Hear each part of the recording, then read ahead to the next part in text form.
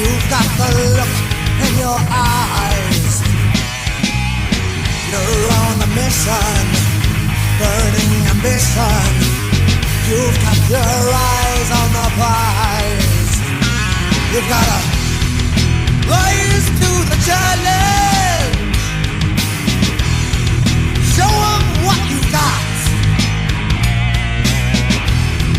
Step up and take what's yours. You are kings now, Clash of Titans.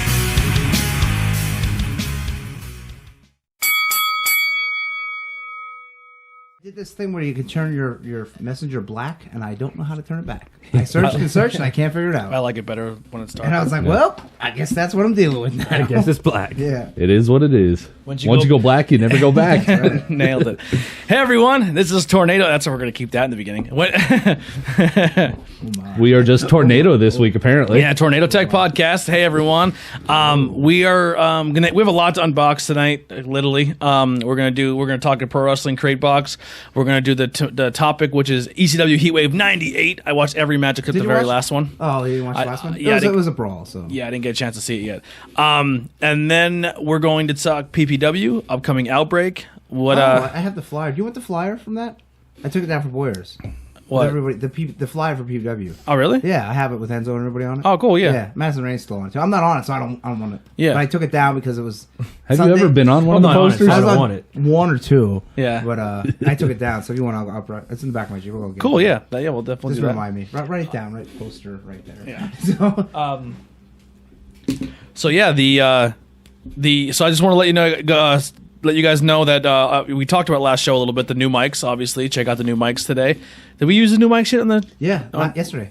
on the Tornado tag? Oh, no, I don't. No, think so, this will be the first. All right, yeah. So if you guys are noticing, me and Andy, we're sporting 2 new mics on the show. We have 2 more that are possibly coming soon. I just gotta get the funds for them. But these mics happen because of you guys. You guys went and you bought a whole bunch of stuff on the merch store. So your support has definitely helped us grow. I got the beer burps already. Jesus, You took one mouthful. dude, my acid reflux is terrible. So yeah, you buying microphone. Yeah, you buying microphones. You buying merch on They the can shop. buy it if they want to buy it. Yeah, if you want to. We do accept donations. Yeah, there is a donations tab, but there, if you definitely grab that merch, that helps us out tremendously. I that's what I did. I went to PPW this weekend and I went a little ham sandwich on gear. I spent a lot of money. I had Shirts. A little. I had to hide all the t-shirts upstairs for a day or two. Well, it goes A to little? the wrestlers. So I It mean, does. it's, I'm actually wearing the one shirt I bought. Yeah. I'm wearing my Samuel Adams SmackDown tee. I'm really happy about this one.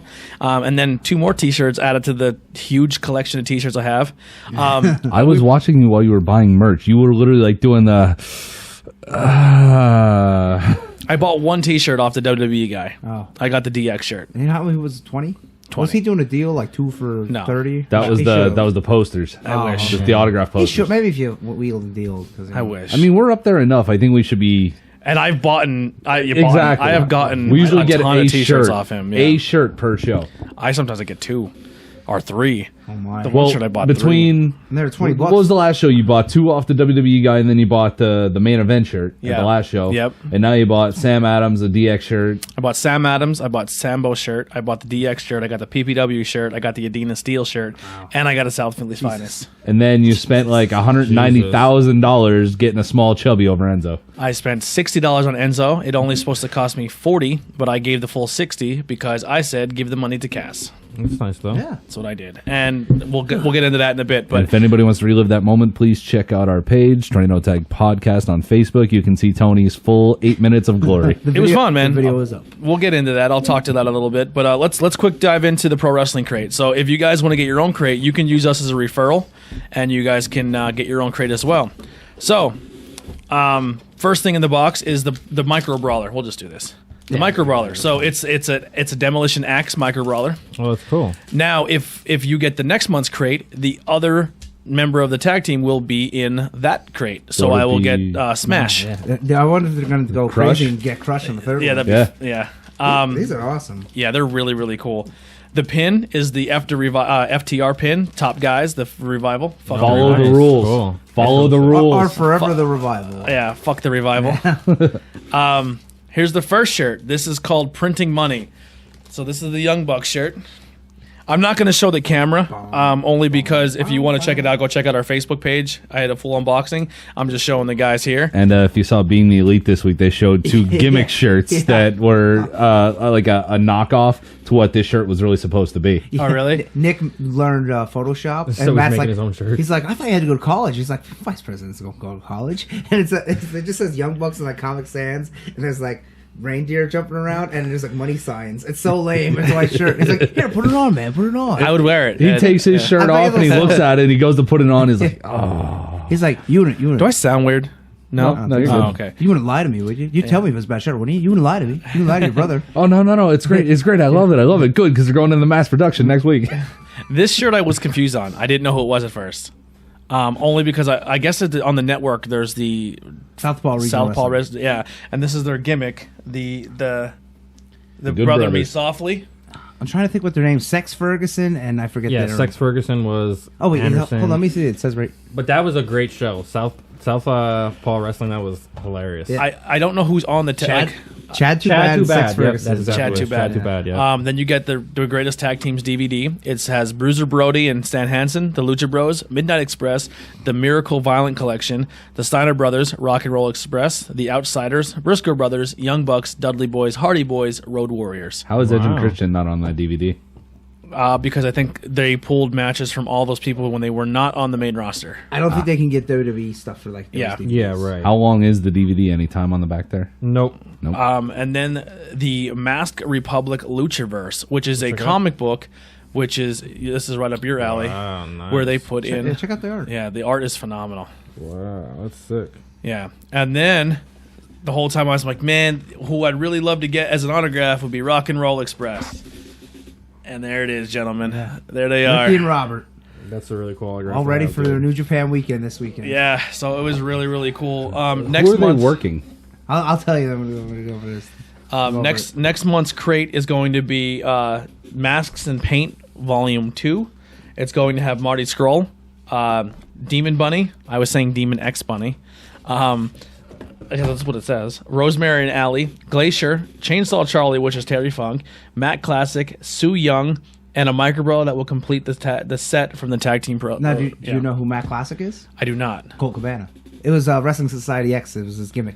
Oh, His really? gimmick was he was an The old art is time. really good here. It's Wrestling really good. Society X only made it like 9 episodes. Yeah. I think they got one full season. They had some good matches too. It was ridiculous. did. Wasn't Seth Rollins in the first episode of that? Yeah. Yeah. So was Teddy Hart, he's Jack in a- Evans. He's in some kind of group or something. I want to get the DVD. You can actually get it's not the complete series. That's one How DVD. what did it come out to, like 14 episodes total? Something like Even that. on TV, One- you didn't get to see all of them. Yeah, one season. But Matt Classic was from the 50s, and he wouldn't take big bumps, and he's afraid to go to the second rope. So he'd get on the first rope, and he'd be like, whoa. And when he'd take a bump, he'd do like, whoa, like an old school bump. My favorite from that was the Human Tornado. I thought he was pretty damn good. Yeah, I think he And then retired. you Oh, see the his Human like, Tornado was really good. and then you see his spot videos there where he's like bitch slapping the shit out of people and getting the music going. He's like dancing in the corner, stomp, coming back in, stomp. The ref's following him in, like the ref's like, oh, Yeah, Bryce Rumble. oh. Would not go that high on this beer, Dave. I'm going to go 375. I physically like this beer. This is probably one of the better ones I've I gotten. physically like it. Yes. You have an attraction. You to see, it. there's not I want to fuck this I'm glass. gonna fuck this beer. There's not too many beers that I can say I would like to go out and buy a case of. This is probably one of them. Rusty Rail did a good job with waffle sauce. All right, And so we have one That's more actually what Rust- Matt's girlfriend's nickname was, Rusty Rail. Oh, I was like, waffle sauce. I'm like, that's a good nickname. So real quick, we'll get into this. So I really want to thank everyone who tuned in and listened to our ride home show for PPW. That did really, really well. Like a lot of views, a lot of say- listens. Any show you go to, do that. Yeah, that turned out really, really good. Tons of support from the wrestlers, tons of support from the PPW staff, tons of support from the Wicked Turtle Network. And- so that turned out really, really well for us. PPW fans were super accepting to us. A lot of them came up and talked to us and said, hey, man, I'll definitely tune in. So if you guys are the new PPW fans that are tuning in, thank you guys so much for coming and hanging out with us. Andy is a nice guy. I know he Yeah. plays a heel, but he's a sweetheart. Still sucks. we boo the hell out of him at PPW Do you? shows. Yeah, That's yeah. fine. Well, did you hear what we were yelling at? Yeah.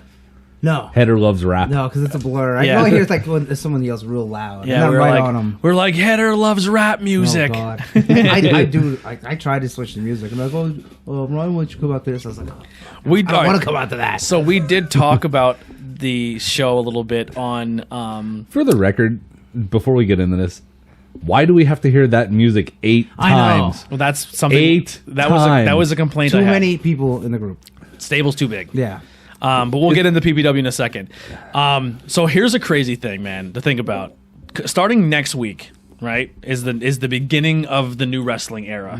Monday New night, wrestling age, if you will. yes, Age. Monday Night Raw Mondays, Tuesday Impact. Not yet, but recordings up until the 29th. Yeah, they said what they're going to do. Best of shows. Until Yeah. Yeah. Yes, Wednesday NXT AEW, Dynamite. Thursday Ring of Honor, And and What's Ring of Honor gonna be on? And Uncharted Territory.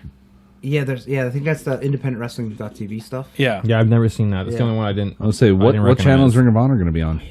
I think I don't remember exactly what it's on, but I know it's coming on Hulu because I typed Hulu ROH and Hulu, and it says that you can save it to download, like to go on your DVR. Because I know Ring of Honor is still 11 to 12 on. Yeah, on like the CW. whatever Yeah, that on shit is, CW. yeah. I guess that syndication is different. They have a Yeah. pay-per-view Saturday, not to interrupt you. But yeah, but they're gonna move it to Thursday I want to along talk with. about a barn burner match then. Hold on. Jeez.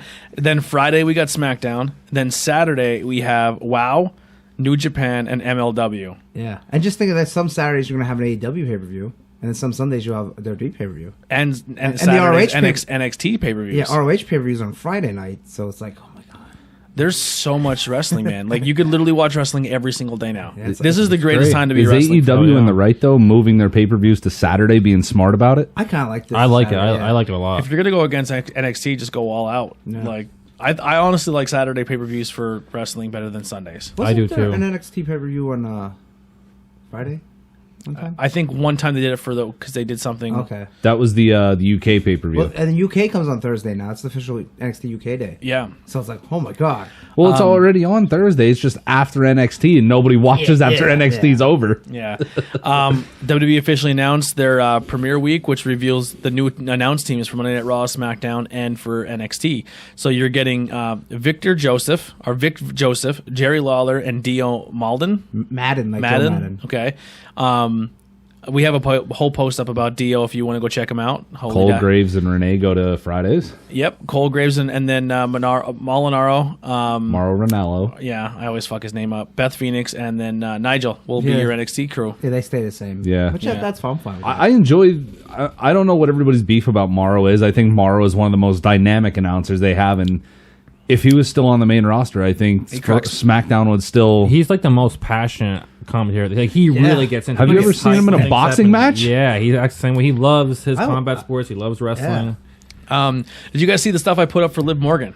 Where she put up a little Her tweets? 85126. yeah, what a. Some people are starting to say that Mike that can say help. They pulled help out of it, but you're still not. You don't know what the ones are then. When they look at a phone and just pick the Yeah.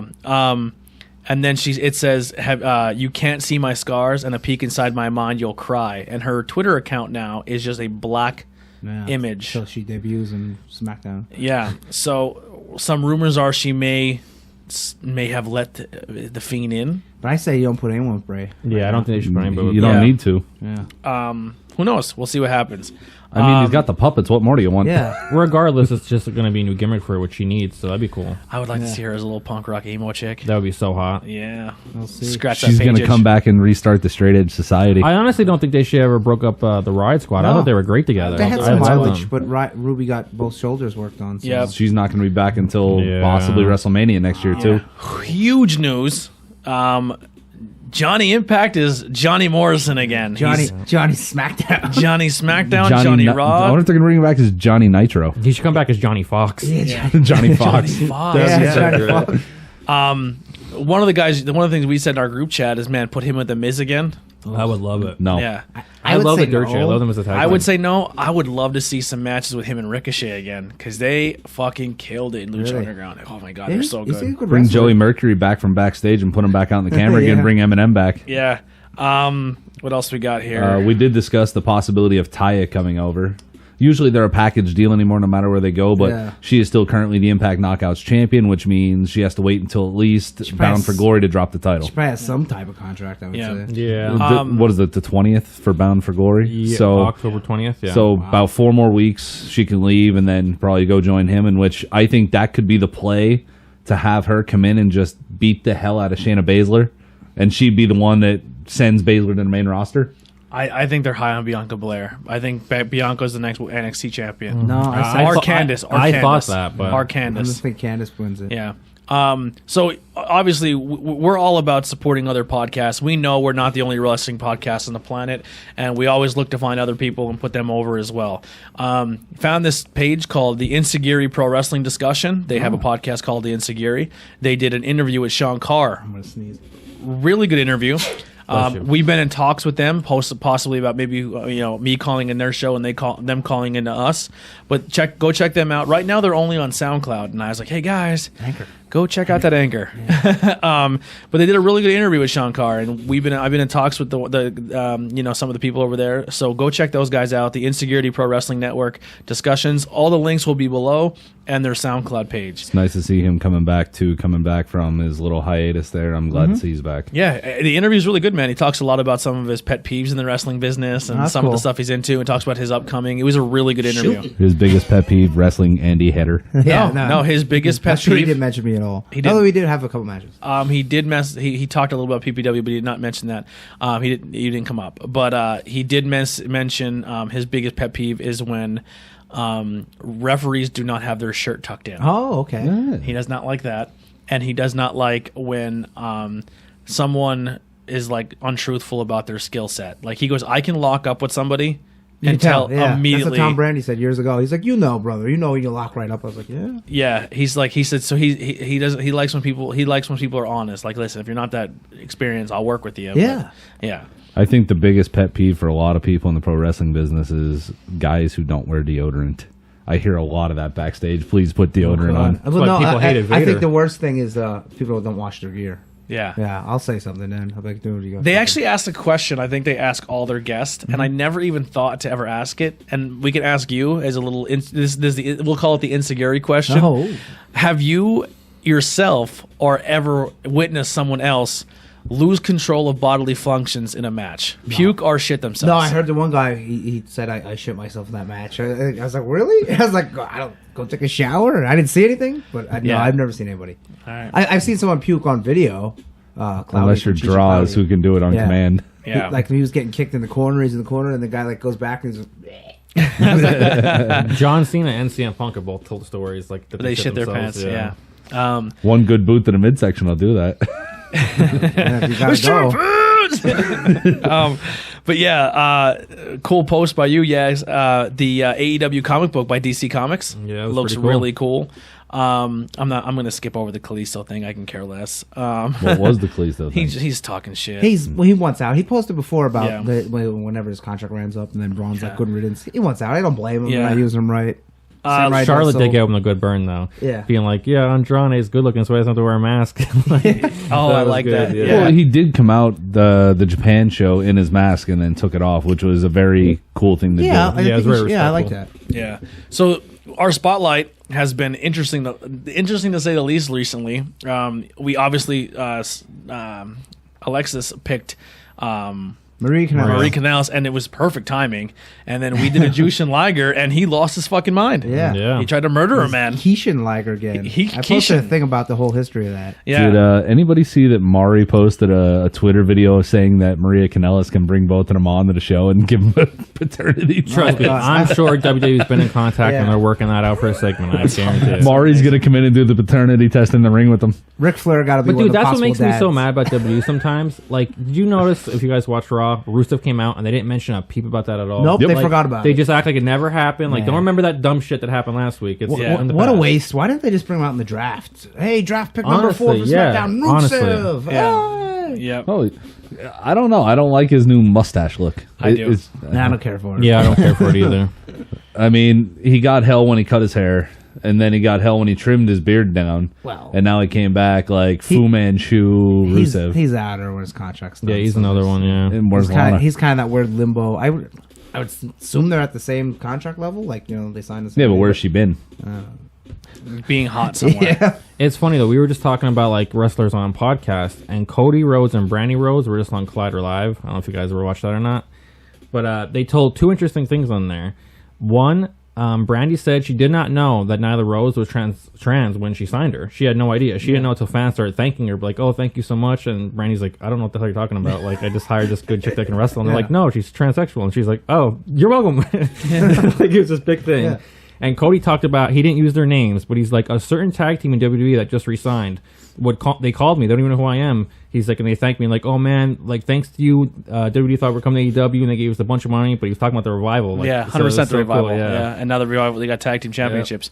Bandino won the Battle of Los Angeles. I didn't see that coming. Yeah, honestly, when I looked at the list of people that were in it this year, because Bandino was in the finals last year, so I didn't assume he'd win it this year, but it was cool. I mean, usually they try and go with somebody on the independent scene to win it, not somebody signed to a Ring of Honor New Japan. Right. Well, I think it's a good pick. Who else would have won a Pentagon? It was a good finale. It was him, David Starr, and Ring of Honor guy. Roosh? Joey, black guy. Jonathan Gresham. Yeah, Jonathan he's Gresham. pretty good. Yeah. I would have went, honestly, you could have went with Gresham. I mean, it would have been a big step for him. But Or David Starr. David Starr probably would have been the better bet Yeah. just because he's been there. He's done it longer than those two guys probably. And I don't think he's signed anywhere right now, right? Like He's still working the independents. Yeah. He's strictly an independent guy. He will do spot signings where he will work a show or two, but that's it. He just refuses to sign no major next company. Year, probably everyone from Bowl will get signed. I mean, you might see him in AEW for a show or two, but I don't think it's going to be anything like concrete. Yeah, but here's the thing. What are they going to do next year? Because most of the guys aren't going to be allowed to do it. Well, see, I Like think the AEW AEW guys. is going to keep a relationship with PWG, just because PWG doesn't do any like live shows, they don't do live streaming, so I don't think they mind if they're on their DVDs. But I mean, I guess we'll see. You could already pre-order the DVD for Bola too. Yeah. They already said like the day after the show is over, But you it's can like pre-order. Janelle is having his farewell to indie wrestling show coming up. Like, I don't know, next week or something. Next So weekend. it's like, is he still going to be able to do PWG? I don't know. Yeah. I mean, they were always good to the Bucks. So and they were saying about him doing his spring break shows, he might have to find somebody to take over. Yeah, I Yeah. think Then they will. were saying it might be Orange Cassidy, but that's They out the signed window him, now. So it's kind of like Bloodsport. That's how what it I was talking to Brian about, this dude Brian from House of Glory Wrestling, and he was talking about how they can still use the Lucha Brothers, and I'm like, well, how? Like that, I don't know. I don't know what kind of deal they worked out. I but think apparently with their contract agreement with AAA, that kind of keeps that whole Maybe. revolving door open. Right. Because I'm pretty sure House of Glory has a working partnership with AAA. that's probably it then. Yeah. Maurice and Miz had their second baby. Boy or girl? I don't know. It's a girl. Girl. Yep. And then when you posted this, I was like, Brian Kendrick's won the IWE Japan Championship. What? Jay White looks exactly like Brian Kendrick in this photo. You think so? Who Yeah. was the Intercontinental Champion? Naito. Ah, Yeah, it was a pretty good match. I watched it. Yeah. That was last Sunday. Sunday or Monday, I forget. I'm sorry, Also but Shingo versus I just saw the Suzuki picture of Goto. Liger there, and Liger going in with the stake, Yeah. trying to It's so kill cool. Suzuki It's so was cool. incredible. The fact that he like literally just put it through the table, Yeah, and the I'm spike. sorry, but if your hand just one move the wrong way, there goes Suzuki's eye.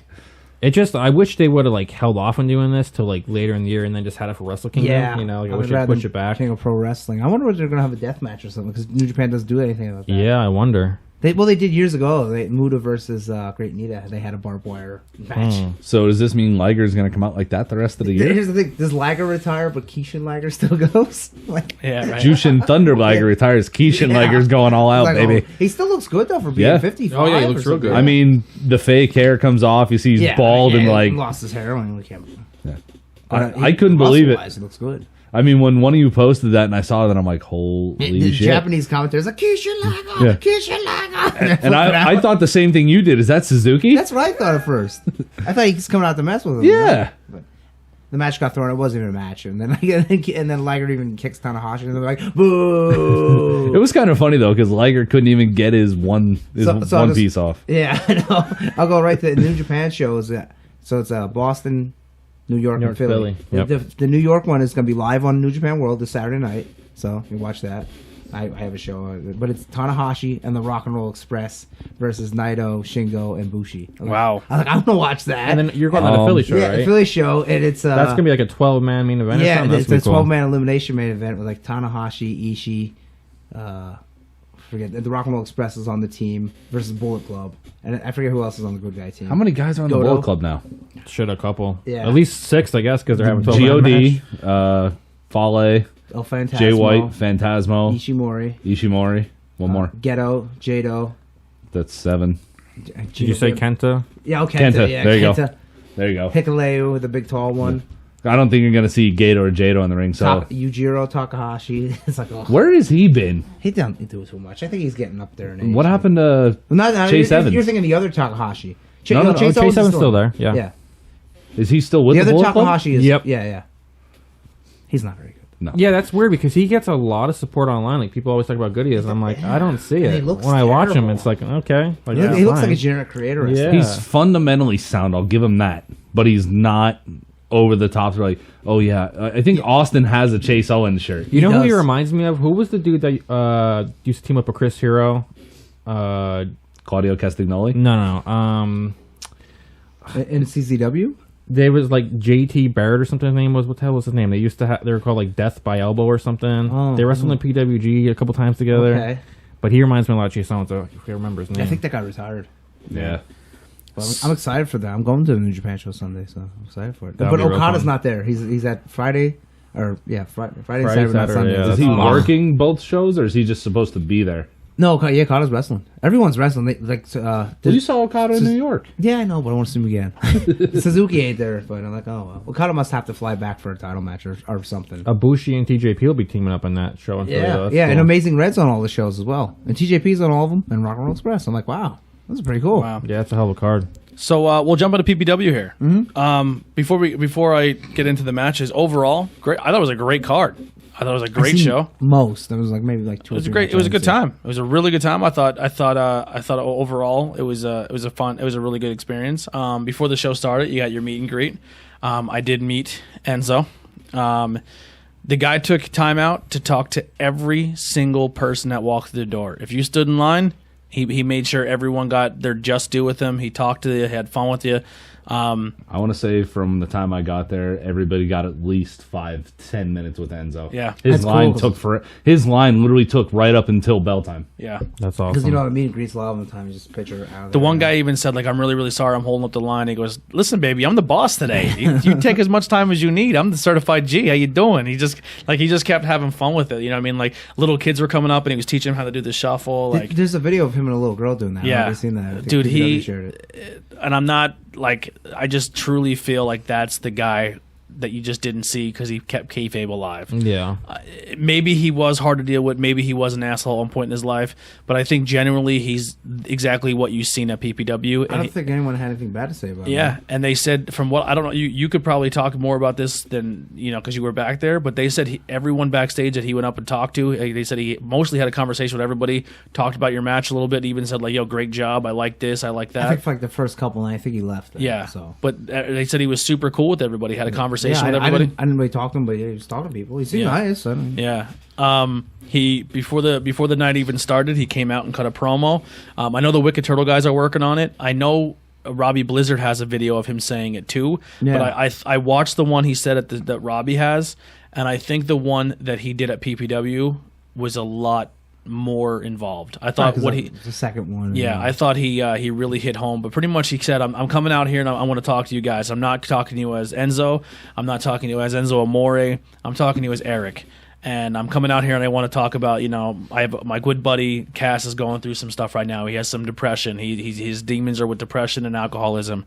And people on the internet always bashing him and saying that he looks fat or he's going through this and he's going through that, and he finally thought he had his demons conquered, and it got the better of him again. And he goes, I guarantee this guy will bounce back again. He's like, our goal is to become one of the top tag teams again in the indie circuit. Like we're really working hard at our craft. So if you guys want, please write him a letter. He's actually going to the DDP house again. That's and cool. he's going to go do all his rehabilitation there and really get himself straight. And he's going to be with DDP. So he's in the accountability house. I will have the address in the links below. But if you want to write Cass a letter, you can literally handwrite him a letter. And he will guarantee read it. And that's exactly what he needs right now. Like, he needs that support. Everyone goes through stuff, man, and we talk about it all the time on this show, man. We give tons of respect to the wrestlers. I mean, Andy's living this life, you know. It's not easy, man. You're going out there, and some guys are working 40-hour weeks, and top of that, still trying to be a wrestler. Like, the what they go through on the road and what they go through is unimaginable, and they're doing it for entertainment, and they're doing it for your love. So when someone does fall, instead of saying, "Ha, you fell," let's extend a hand and help them out. And Enzo kind of said, you know, my catchphrase has always been something that I took for granted, and that's the "how you doing." He goes, ask your friends how they're doing. Like, if they look like they're going through something, stop and have that conversation with them, you know, because you never know what someone's going through unless you ask. Very true. Yeah, and he cut a great promo, and I think if you walked into that building that night as an Enzo hater or someone who wasn't a fan of Enzo, if you left with the same opinion, I don't know. I found Some a lot of people hate respect people for no matter Enzo what. that night. Yeah. I honestly think, you know, people who walked in one way left it with a completely different perspective of him. He did not wrestle, unfortunately, but I did watch a match where he wrestled Brian Pillman Jr. Mm-hmm. It was a decent match. Mm-hmm. Like, he's getting better in the ring. During my autograph session to him... Before we get into your autograph session with him, mind you, if you watch the 8-minute glory video of Tony meeting Enzo, you got completely squashed the dude right in front of you. You had no chance. Yeah, the guy in front of me gave him a Wolverine character, like an original X-Men figure, like from one of the very first releases. Oh, okay. Yeah, and Enzo's like, yo, and he's like, I met you like 4 times. Like, I traveled to see you. And the guy's like, you know what, man, you travel to see me? And remember how I was joking? I said, my goal is to get Enzo to add me on social media. Yeah. He added him. Literally, he's like, I want to add you on social media, brother. And the guy's like, I don't have Instagram. I was like, your name is Interviews with Everyday People. And then the guy, he's like, well, and then they cut like a video on his Instagram with the guy. And No, that's cool. That's yeah, pretty cool. and I was like, "There's no way. I'm not even going to bring up social media at this point." But I was like, "Hey, man, I have the podcast sticker. If you want to check it out, that'd be amazing. If not, I said, I'm like, you're probably just going to toss it, but I want you to have this, and you can check us out sometime. I'm a big fan. I'm a huge supporter of you." From the beginning, I've always been an Enzo fan, and just thank you for everything you do. And then he goes, Tornado Tag Podcast. You know what the rules of a Tornado Tag Podcast is? I said, yeah, no tagging. And he goes, yeah, you know how a Tornado Tag would go with me and Cass? And I go, I'm not sure. And he goes, here's how it goes down. You ready? He goes, yeah, me and Cass in the ring, no one on the apron. We're staring at our opponents. The bell rings. I get knocked out in the first 3 minutes. Cass carries the rest of the match. How you doing? And I said, we will see you back. Like, you're gonna come back. You guys are gonna. And he goes, I appreciate the sentiment, but I will never be back in the WWE. And he goes, and I go, I don't care where you go, man. You got my support. And I said, I still don't believe you that you're not going to WWE. And he just looked at me and laughed. Yeah, like, super cool. But anyway, Clutch Adams, the heel of PPW, came out and your buddy has depression. Like, cut a really cool heel promo. And Enzo goes, well, I'm not here to fight. I don't got ring gear, but I got someone who is ready here to fight, and he's got 9 lives. And he goes, here's Teddy Hart. And Teddy Hart surprised everybody. Not announced, not on the billing, not on the booking. Teddy Hart walks to the ring and puts a great match on. Of course, Teddy's a good wrestler, yeah. Teddy hit some of his signature moves in that ring, it left me starstruck for some of the stuff he was doing in that ring. Yeah, it was Top awesome. rope Canadian Destroyer and all that. Yeah. He hit that long blower, the perfect springboard moonsaults that he does. Dude's flawless in the ring. I just think it's more up here with him For sure. than 100%. anything. Yeah. But maybe that's the case. But even once again, like when he was talking and the way he was interacting with people in the crowd, he didn't seem like it seemed like he was even trying to think to, like, he wasn't the same persona that he gets portrayed as. Like, he's like a head case. Well, you saw the That- incident, right? No, That not Have showing you seen up. the incident video, right? I don't know. Not that I can recall. I mean, I might have, but Basically, I guess he was a little out of it at an event. I'm not sure if it was a Ring of Honor event or what it was, but he kept climbing up the cage and doing like literally double moonsaults on the guys who are not ready to catch him. He just went ham on everybody. He was doing it in the ring, outside to the floor, climbing back up the cage, did it to the guys in the ring again. It was like I can't find the video anymore, but it was about a 12, 15-minute video. Even the higher-ups from in the back came out and said, get him out of the fucking ring. Get him off the goddamn cage. Was that years ago? Yeah. Yeah. This is like in the CCW. beginning where he first started. Yeah, I don't think he's that same person anymore. I mean, I've always heard like you don't know if he's gonna show up or not. Yeah. I always heard that. Like, he's Yeah. very flaky with stuff. Yeah. Super. He walked around and had a conversation with every Yeah, I single think when he person shows there. up, you get you get a good deal. But does he show up? If you listen to him cut a Sorry. promo, it's okay. If you listen to him cut a promo and close your eyes and don't look in the ring, it's like you're listening to Bret Hart. He sounds exactly like him. I want to thank everyone for being here tonight. Like, he just has that like Canadian, like he sounds. And if you put long hair on him, it's Bret. Like I didn't hear him talk at all. He looks like Bret too, man. Yeah. CM Punk actually has a really funny story about him and Teddy Hart getting into a fist fight at a restaurant. Like, they had a straight up fight. Really? Yeah, because Teddy kept like looking over at him, and CM Punk's like, "Dude, what do you keep looking at me for?" And he's like, "Don't be looking at me. Like, you know who I am." And CM Punk's like, "Dude, you're not Bret Hart." Like, so they start showing each other a fist fight, and they get broken up by Samoa Joe. Wow, it's pretty funny. Whoever Teddy Hart had with him that night, a girlfriend. lot of people were. Look at that. Yeah, she's not bad looking. They were. She got a lot of conversations for starters. yeah? She's yeah. the cat handler. Yeah. That would be his girlfriend, from my understanding. Yeah, that's Yeah. what I just assumed. I wanted to get a chant going so bad in this match because they did an angle where Clutch Adams was like, "Get that cat away from me! I'm allergic to cats." And I wanted to get a chant at "You're scared of pussy," but there was so many kids around me. Yeah, we can't tough. do that with that many. And I'll tell you this much. For an anniversary show, and I think for the people that showed up, over 400 people showed up there, the crowd was into it all night. That's I mean, great. that was the biggest thing. Like, We did have a lot of chants going. yeah, we did have some chants going. Usually when we get up there, we're some of the loudest people. But I haven't seen a crowd like that up there in a while, and I really hope that the fans see what Keep PPW coming. is up to now. Keep going. And keep showing up there. But also, if you see another local independent wrestling show coming up, please go out and support it. Yeah. What does PPW stand for? Pennsylvania Premier Wrestling. Okay, I thought it was Pennsylvania Professional Wrestling, but that's the same it thing. is. That's Yeah. cool. Yeah. How about the new setup here? Like the entranceway was moved over a little bit. I liked it. There's an inflatable Titantron, I guess Yeah, you should say. they added 2 more rows of seating at ringside, so that's even bigger cool. for them. Yeah. Yeah. That's real cool. And then I still think that other side should Do something. lose a seat or two and just. Right. Dr. Frank was a little awkward. They're actually sitting at ringside. He often does that. Oh no, usually he sits right there by the curtain. He's Yeah, like, yeah. he's content back there, just kick back. You watching took the his show. chair. Did I? Yeah, When you took his chair to stand on it at the apron, I don't remember. he was like looking for it. He was like, "What the fuck's my chair?" I don't remember. Yeah. Casey Navarro defeats Charles Mason. Mason. With the frog splash. yeah. I seen that. I just see Welcome the back, end of it. Casey Navarro. Good match. Casey Navarro and also that Leroy guy, the guy who played the Switch in the game. Oh, okay, yeah. They both had, I think, an Evolve tryout. Really? Yeah. Oh, wow. That Charles Mason, he's actually becoming a big deal in House of Glory. Yeah, I think Yeah. he trained Yeah. there. He's from New York, if I'm not mistaken. Yeah. I thought he's a good heel. I thought he was really good. I enjoyed it. I still think his finishing move that he uses right now is way too sketchy for pro wrestling. What is it? Remember, I told you it's like that inverted rite of passage, but instead of like doing the inverted pile driver, it kind of drops you on your head off to the side like a kryptonite crunch. Oh, really? Wow. Even the rite of passage, I always thought was like, ooh. Yeah, Like, I that's- wouldn't want to Well, take it. Kazarian did it for years in Impact, but he would just, just the standard straight down. Yeah. Like, Yeah, kind of when you're holding like this. well, yeah, you have him more up than down. Yeah, but Casey Navarro is very good. But I think as a character, Charles Mason. Yeah, he's a character guy, He yeah. sticks with you at the end of the night when you go home at the end. 6-person tag match. This was fun. Rhino, Vox Viner, Adina Steele, Johnny Moran, Adam Chandler, and Christina Marie with Ryan Race. Now we're gonna get into the my thoughts on this. I like Ryan Race as a manager. Mm-hmm.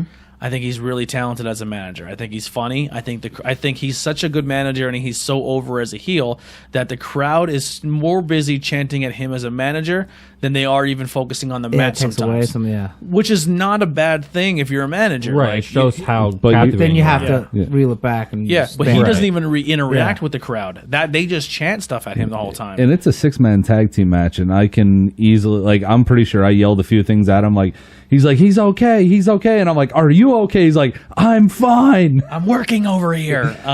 But the problem is that stable is so goddamn big. It's too many You people. hear the same entrance music 16 times, and he literally walks in the back and walks right back out with somebody else again. Like It's like NWO. Yeah, and that's Andy, how many people are in that stable? I don't even know. 452. It seems like they're always at people. Yeah. Like Well, Adam Chandler was the latest. Yeah, they added him, and then remember when the Tony joined? Yeah. the manager or the shoot one of the owners. But Yeah. like, that's just the issue. You don't want to become an NWO where half the roster's a part of it. Well, it just seems like everybody that they bring in is end up on the roster. It was Adam Chandler, then it was Isaac Rule, Lamar Hawkins, okay.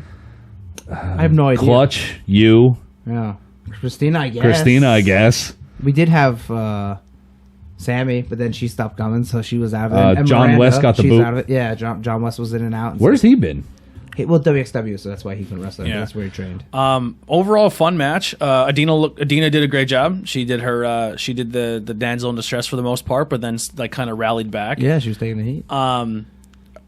They got it. My only this was a fun match. All right, I like it, but the only thing I don't like about it is you could have taken guys like Casey Navarro, Charles Mason, and maybe a few other people and put them in this 6-10 match and gave singles matches to some of your champions. You had two champions in that singles match. Yeah, that's kind of like, You have your television champion and your No Limit championship in that match. That's Plus your women's champion. like I said, and your women's some of the champion. booking there doesn't make sense. Yeah. like that's why if they had a tried and true booker around and people just picking matches. Yeah. Right. and said, hey, let's not do that because they lost last time. Yeah, and this is all stuff that we talked about. You'll hear when you Yeah, I listen mean, to it's not Banging shitting Beers. on it. No, Even it's if definitely not. Even if they try and pick the locker room's branding, like, what do you want to do? Yeah. You know? The only other thing that I will say positive for PPW, like big thing positive for PPW, is their tag team division is the biggest tag team division I think that's going in a 200-mile radius. Their tag team division is over more than their heavyweight championship. that's really cool. Like people pop Yeah. for their tag team division. Their tag team division gets a bigger pop than when their champion walks out. I mean, they have your guys from House of Glory. They have the main event, who are probably two of the most popular guys at the signing times and the intermissions. They go out, they take the time out, they meet everybody, they sign autographs. Then you have guys like South Philly's Finest, who are probably the most popular tag team up there. And as soon as their music hits, like, every single person in that crowd is going crazy for them. I tell you what, I thought they did a really good job at South Philly Finest passing the torch to them, though. Well, they're not passing the torch because they're not leaving or nothing. But literally saying like you were they the had next, the right winner. Yeah. But was that the next match or was the one between? I think that was after that was after intermission. Yeah, that's after intermission. But here we're back to the 16 tag match. It was a fun match. Then Rhino came and landed a couple gores, and then the match was over. Yeah, I think he pinned Adam Chandler. Yeah. Yes. And what's up with Adam Chandler? He's no longer the Great. He's Mad Dog. Oh, I don't know. don't He's know. got new gear that says Mad Dog. Yeah, and he's biting the ropes a lot. It was weird. Oh, Yeah. that's the one I was- Yeah. Johnny Moran's new gear looks cool. The singlet. He's had that. Yeah. Yeah, I didn't see that. And then they has full a beard body. and short hair. I didn't even know it at first when I walked by. I wanted to buy a T-shirt, but they didn't have my size. It's weird because like my aunt is like obsessed with Johnny Moran. Really? It's so Wow. weird. Yeah, she literally comes to PPW shows just to see Johnny Moran. He's good, man. And he's a super, super nice guy. I was talking to him for a while. Super, super nice. And I was even saying, I said, Christina, you're doing a great job as a heel. Mm-hmm. And she's like, I'm not like.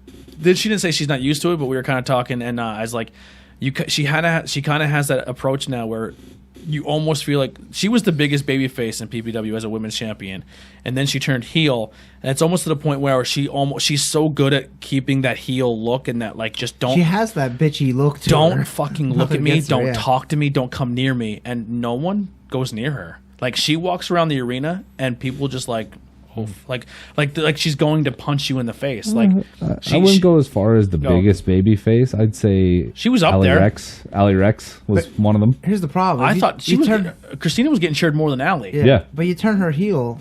And it's like, well, you don't have any because The only one you have is Adina right now. yeah. So it's like maybe. Yeah. I mean, I don't know. We get a few you, more you women. have more female managers there than you do wrestlers. Yeah. Yeah, that was the only thing. I think they got to bolster that up a little bit. But she's I great. mean, it's hard though. It's hard. Yeah, to get. she's really good as a Well- heel, and she's carrying it really well. It's easy to get women wrestlers. It's hard to get good women. wrestlers. Yeah. Exactly. It's I really think hard to that's get the good catch is they don't want to bring in just any female wrestler. They want to make sure they have something they can work with, in which Yeah. that's completely understandable. And I feel like it's like almost a trope that a lot of companies have been doing lately, where it's like once you become so popular, it's like, well, now we got to turn them heel because that's the thing that will shock everybody. Yeah, it's like yeah. not anymore because everybody does that. Like you know? I wouldn't have turned her. I mean, she was babyface while she had the belt, and then Mercedes Martinez takes the belt off her, and it's like she just snapped. And it was a great time to do it. It's like she lost her pride and joy, and now it's. I mean, if they she did can it run that with way, it. where it made storyline sense, then perfect. You know what I mean? Yeah. That's great. And But when you're heel and you got no one else to go against you because like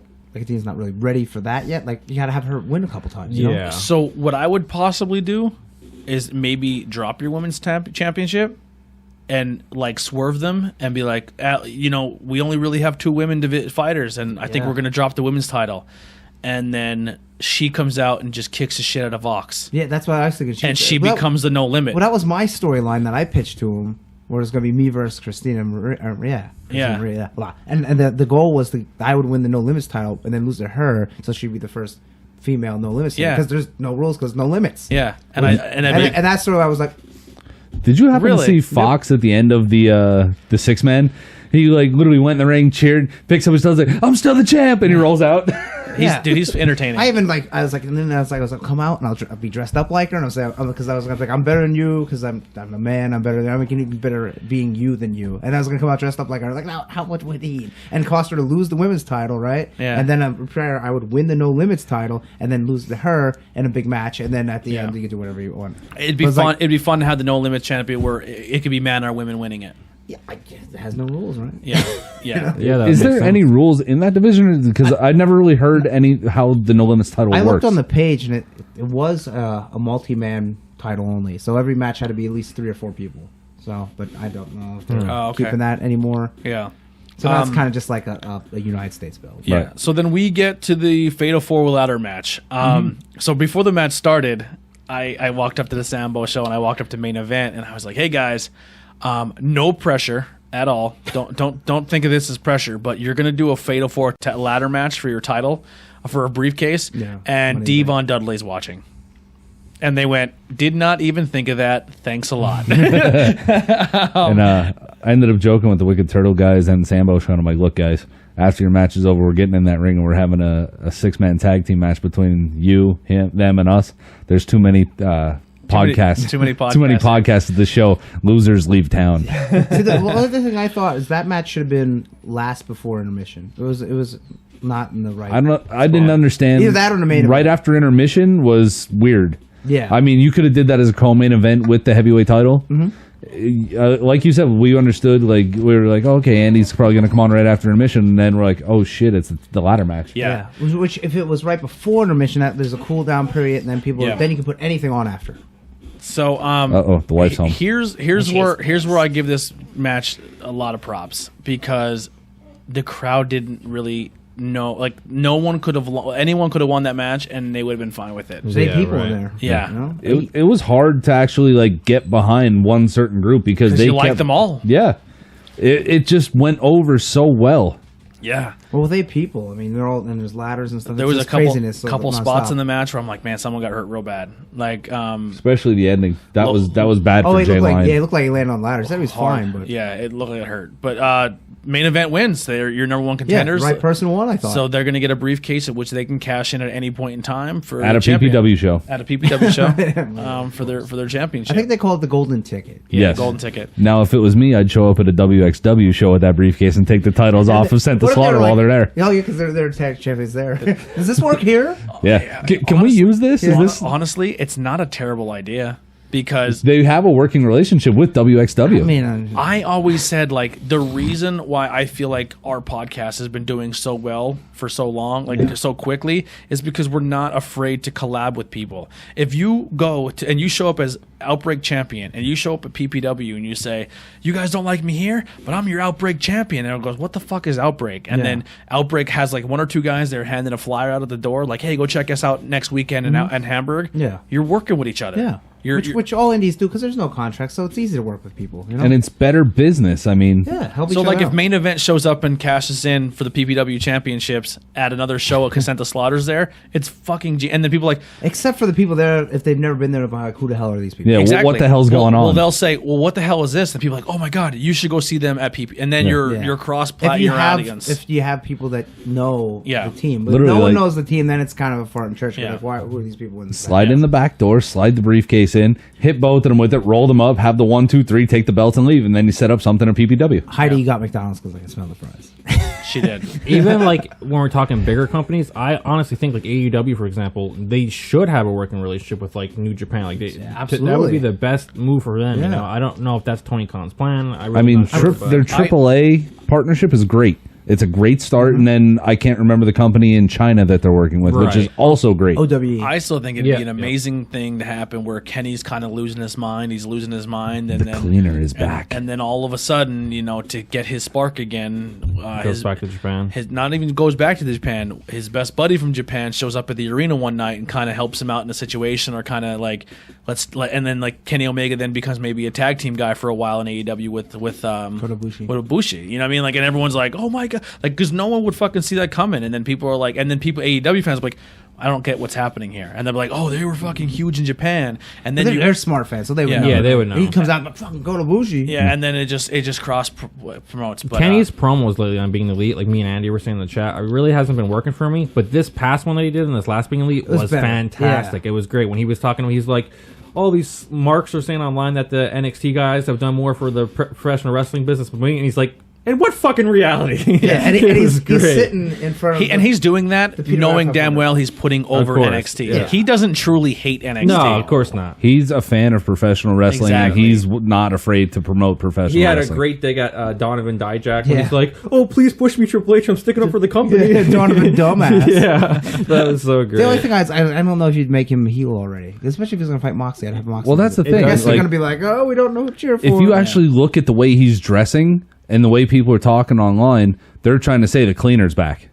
They're trying to say Kenny the cleaner is back, and Yeah. he's just gonna go ham on everybody. But I again. mean, he legit didn't take like the whole ring chemistry in that. I know we're jumping all over the place, but the ring chemistry there, he wasn't taking Pac serious. He was kind of that's his whole thing where he's like, yeah, I think that like he thinks he's so much far better than everybody still because he thinks he's the best wrestler in the world. Where that's why he's coming up short, and Yeah. that's a perfect storyline to have. Like, yeah.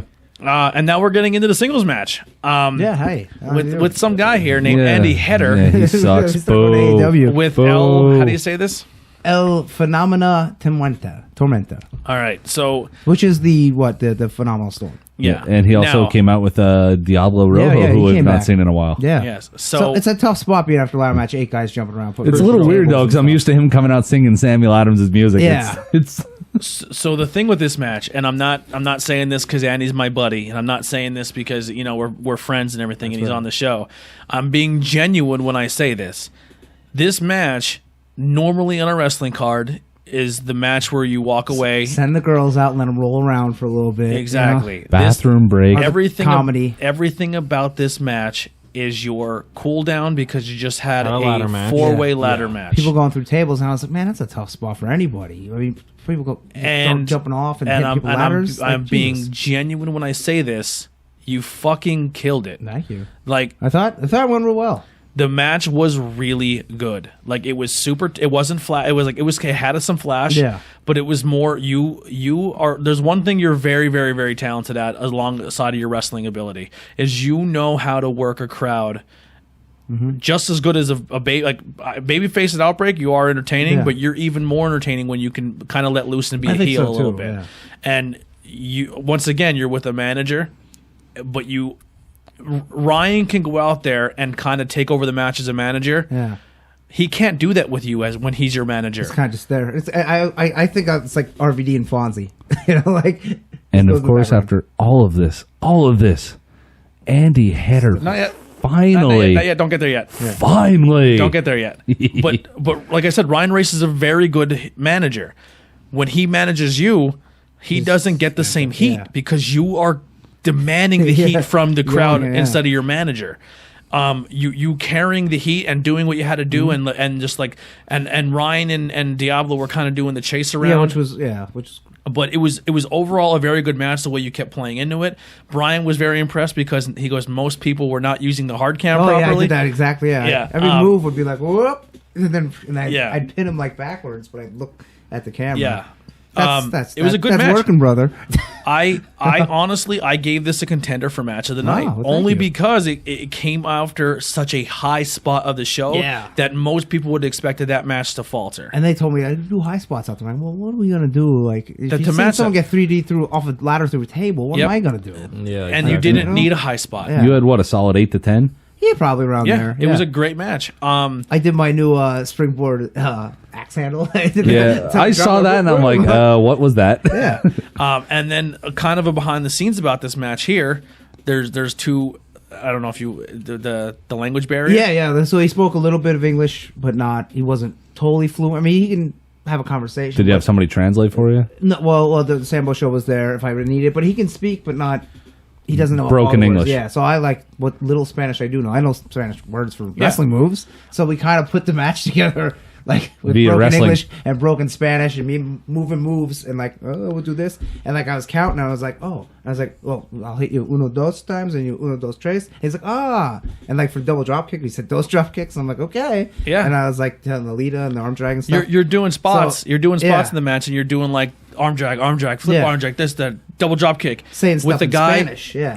and you both can't communicate or barely communicate with each other. That's a true compliment. It was hard, but I mean, we worked together good because he wrestled in Puerto Rico and then he stopped for a little bit. And they moved here, Yeah. and he's looking for somewhere. He's good. He's training at backbreakers now. He's good. Getting back into it. Yeah, he's pretty good. and he also was kind of working on a bum yeah, he leg. told me that his ankle was he did something. Yeah, and then he kinda and re-aggravated then the so match. When I did the acid arrow and I do the Jericho pin. And then he kicks out. Yeah, I go for it again. I get whipped into the corner. He's supposed to come at me flying double knees, and like he gets to me, and he's like, it gives out, and he kind of just hit me with one. And he said something like the ankle. I was like, oh, I was like, I'll stand here as a kick, and he did his kick. I was like, okay. And then something else he said at one point, his ankle gave out again. I was like, that sucks. I was like, well, I told him, I was like, I won't hit it. If it goes out, just tell me. Just say ankle. Yeah, we'll go home. Yeah. Did you hear what I said when he did the Jericho pin? No. I yelled up to you. I'm like, Jericho, that didn't even work for Jericho. And I told him, I was like, when I do that, kick out uno. You know, kick, Yeah. it's like kick out right away. Yeah. I thought he was. I'm gonna pretty be good, though. honest. He did he went for the headbutt, moved off the top, and he did a Yeah. moonsault, and he. Just I'm standing second. back I'm with- second row. I didn't hear any of that I didn't hear any of that conversation in the ring at all. Yeah, I was real close. Yeah, you're good at it. You're like most guys are like you could hear them chatting with each other. Yeah. Yeah, that's If you like take too that long being in the a corner, fan it's when you can obvious. hear them And a lot calling of the times in ring. Mexico, they don't say much in the ring like this, and we can't talk in the ring. Yeah. So I thought it was a great match, man. And even coming back and hearing that later, I didn't know those elements were going through where Yeah. he had a bum leg and you had a guy have A little bit of language barrier. A language Yeah. barrier. That I mean, coming off what you had to come off of, it was a great match. Well, thank you. I liked it. I thought it went real well. And Yeah. he misses the moonsault, pick him up, night crunch, done. They said dirty finish, but I'm like, we couldn't. The language barrier kind of kept it from that happening. I thought it was better without a dirty finish. Yes, yeah, I I said don't the think it needed same one. exact thing. Yeah. Because you got a win clean. And it didn't make him look bad. It's For not like once. a fucking Yeah. powerbomb him 8 times or something. You needed a clean win. Yeah. You needed a clean win. Isaac Rule. versus Drew Adams and Antonio Rivera. This was a handicap match, right? No. Yes. It was a 3-way. It was a 3-way. It was a you're right. It's It was a basically 3-way. two guys versus. But It Drew might as well have been a handicap Yeah. match. But the two guys didn't like each other for a little while, Drew Adams and Okay. Antonio. Well, they were a tag team, and then Drew Adams just kept screwing Antonio It's- over. And Yeah. Is Drew the one that comes out in the Segway? Yes. Okay. the hoverboard. Oh, yeah. I like him. A Segway would be funnier. Yeah, he's a little tiny guy. Yeah, and I think Skinny guy. he does exactly what he's supposed to do in the ring. Yeah. He does exactly. He's supposed to go out there, be the chicken shit heel where he gets a shot in, runs away, and I think he does it very, very well. And Isaac's the real wide guy, right? Oh, That's he's a beast. Brooks' boyfriend. Yeah. Justin. Yeah. Antonio, aka Jose. Jose, he does a fucking Hurricane Rana off the top rope, and The one that jumped like. yes, Yeah. and he spiked himself. Well, he On- spiked himself like. Yes, Yes. Oh. on his Oh, neck. God. He came down rough. I Very rough. stood up and turned around. I was like, I don't want to see. Yeah. He popped right back up, and after the match, I was like, dude, you almost fucked yourself up. He's like, yeah. He goes, I'm fine. I was like, That's the guy taking it has to catch it and then throw it. You always Yeah. throw it to let and make sure he's gone before you go. Yeah. Well, You that start going. But it didn't help that Isaac it could finished be him with either. that big like power bomb, sit down power bomb looking Liger thing. bomb, Yeah. Batista bomb. Okay. yeah, it was a fun match. I missed that one. Obviously, it was random. I probably would have put this match, the triple threat, after the ladder match, and then Okay. moved you to Yeah. co-main event. Okay, yeah. But I think just given the spot you had, I thought you did an amazing job with it. Tough spot for anybody. Yeah, 100%. After a ladder match like that, I was like, Yep. After intermission is tough. Period. I want to think because I've only been in Outbreak for 2 years, and I sit at the table and I call them. But I think anything after intermission is very tough because everybody's so hyped from the first half main event that you're like, oh man, how are they gonna top this for the actual main event? And then it kind of cools down a little bit, and then you got to try and rebuild your steam all the way back up to the main event. And you've been in the main event of many matches, and you can even admit like sometimes the crowd's just not in it. Yeah, it's too long for him, you know. And then we end with Austin Aries with Frank Mir versus Evander James. Frank Oh Mir. wow, how was seeing Frank Mir? And he had his UFC He's title. such- Yeah. I guess you get a He's copy. such a like, cool dude. Yeah. Such a Wow, fucking big sweet. dude. He's Yeah, fucking he's huge. huge. At 40, and I thought Frank Mir would be taller. I thought he'd I be a did lot too, taller. but he's like 6'3". He's big hands, dude. Yeah, but he's still in good shape. He's like a fucking and he vice was grip. very nice to everybody. So when I was going through line, the entire line was stuck at Enzo, just stuck there, and I was able to talk to Devon because we were kind of stuck in line. Once you got out of line for Enzo, it was just smooth sailing for everyone else after. Like there was like it was like an empty building for the next three guys, Yeah. which was Austin Aries, Frank Mir, and Rhino. Right. I walked up to Frank Mir and I was like, "Hey man, I'm gonna be completely honest. I don't have any money. You know, I did, but I wanted this. I'm spending my money on the indie guys. Yeah. I paid for Enzo. I think one's enough. I want to give the indie guys buy the $20 shirt off them. I said I don't have any money, man. I just want to say thank you. There was a huge gap there where I was not a pro wrestling fan, and I was a mixed martial arts fan. And you were the the beginning and prime of my mixed martial arts fandom. I said, you know, watching you in the heavyweight division, I said watching you break Nogueira's arm, like That was such a good fight. yeah, I was like, I've seen so much of your work, man, and like, thank you for like doing that. Like, you trained in entertainment, and you were really good, man. And he's like, thank you, I really appreciate it. And he's like, do you want to touch the title? And I was like, and he let me hold the US. Actually, he went up. I'm like, no, man. He sure did. I was like, that's your title, man. I can't touch. He that was shit. taking pictures of people. Yeah. He was putting it on his shoulder and everything. Super nice guy. Shook his hand. I was like, I'm gonna fist bump you. He goes, why? I'm like, cause dude, you have some of the, you probably have the strongest grip strength of all time. And he started For laughing. sure. And he's like, he started laughing. He's like, and he goes, he honestly goes, I never expected anyone to come up and have this. Like, we were talking Nogueira, we were talking like just, you know, I didn't Didn't he even break Sylvia's arm too? Yeah. Didn't he snap Tim Sylvia's arm? No. Yeah, he snapped him. So he was Yeah, on, he yep. snapped. Yeah, he had two snap arms. Yep, and we talked about that too. He goes. Honestly, everyone else is talking the Brock fight, and Well, because it's wrestling. yeah, and he's like, thank you for a good conversation, and I was like, man, Bloodsport. And he's like, yeah, it's. I'm sure they'll get him. He once did. he's He ready. did do a was there match. once, Yeah, yeah. and he's like, I'm gonna be honest. Like, I don't feel very comfortable in pro wrestling yet. Yeah, you could tell because I even said about him wrestling, and he doesn't feel he's ready, which is And- crazy. Yeah. He beat the shit out of people in real life, but Yeah. I don't want to. That's the crazy thing, though. Like a lot of guys get out of MMA football, they go right into pro wrestling. Now They're it's- already at the end of their 20s, maybe early 30s. Frank Mir is 40. Yeah. But he He's still looks really good. going to hit the learning curve hard. Yeah, I think he could do it, but it's crazy the amount of MMA fighters that want to wrestle now. He It's and like I said to him, jumping and shit. I was like, dude, I'm gonna be honest with you. I think if you just maybe had a little more confidence, I think you're better than you think. And he goes, why?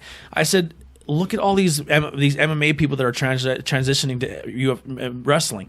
You don't have to be a suplex machine. You don't have to do the same thing that a typical wrestler does. I said, You don't have to be Brock Lesnar. I said, learn how to transition your jiu-jitsu and your mixed martial arts skills and make it look believable. I said, for me, what makes me like pro wrestling now again, because I'm coming as an MMA fan now back to pro wrestling, I started the Shayna Baszlers, are the Kyle O'Reillys, are the Matt Riddles, the people who can make their strikes look so real. And the people who, and Ronda, Ronda's really good with her ground transitions. Her ground transitions are phenomenal because they look legit. I said, I think you would be really good in that aspect. And he goes, I didn't even think of that. And I'm like, I said, they make those matches look realistic. And a lot of wrestling fans are kind of taken off by it. But as someone who, like, when I watch Samoa Joe throw somebody in a choke and you're like, they're out, like Shayna Baszler, like, you could tell she doesn't fully sink it in. Like, But she has like, it locked in like an actual MMA hold, but you could see the gap. You could still see the gap to where she's. When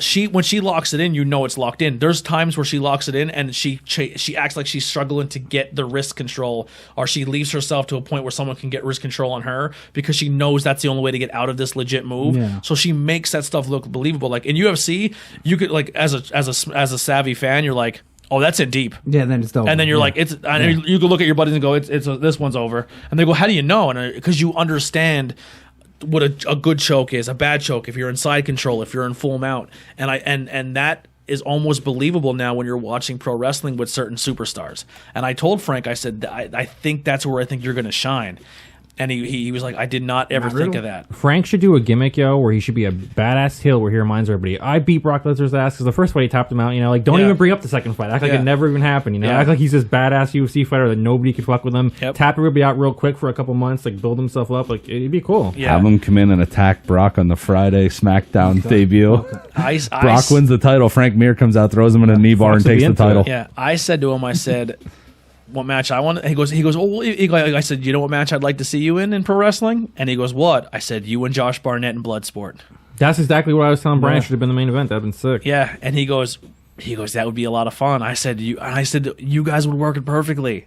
Like it would literally look like you're doing a rolling session. Yeah, just throw some strikes in there. And they had a real UFC fight, so it'd be cool to like just have a rematch. But wrestling. But Barnett also has a decade on him. Yeah, Josh is a legit pro wrestler as well. Like he's both. Well, I'm saying that's where Josh can really help Frank. Yeah, and you can tell that like when Austin Aries wrestled, I didn't watch a lot of Austin Aries, but I seen enough of him in NXT that like to know what he's capable of.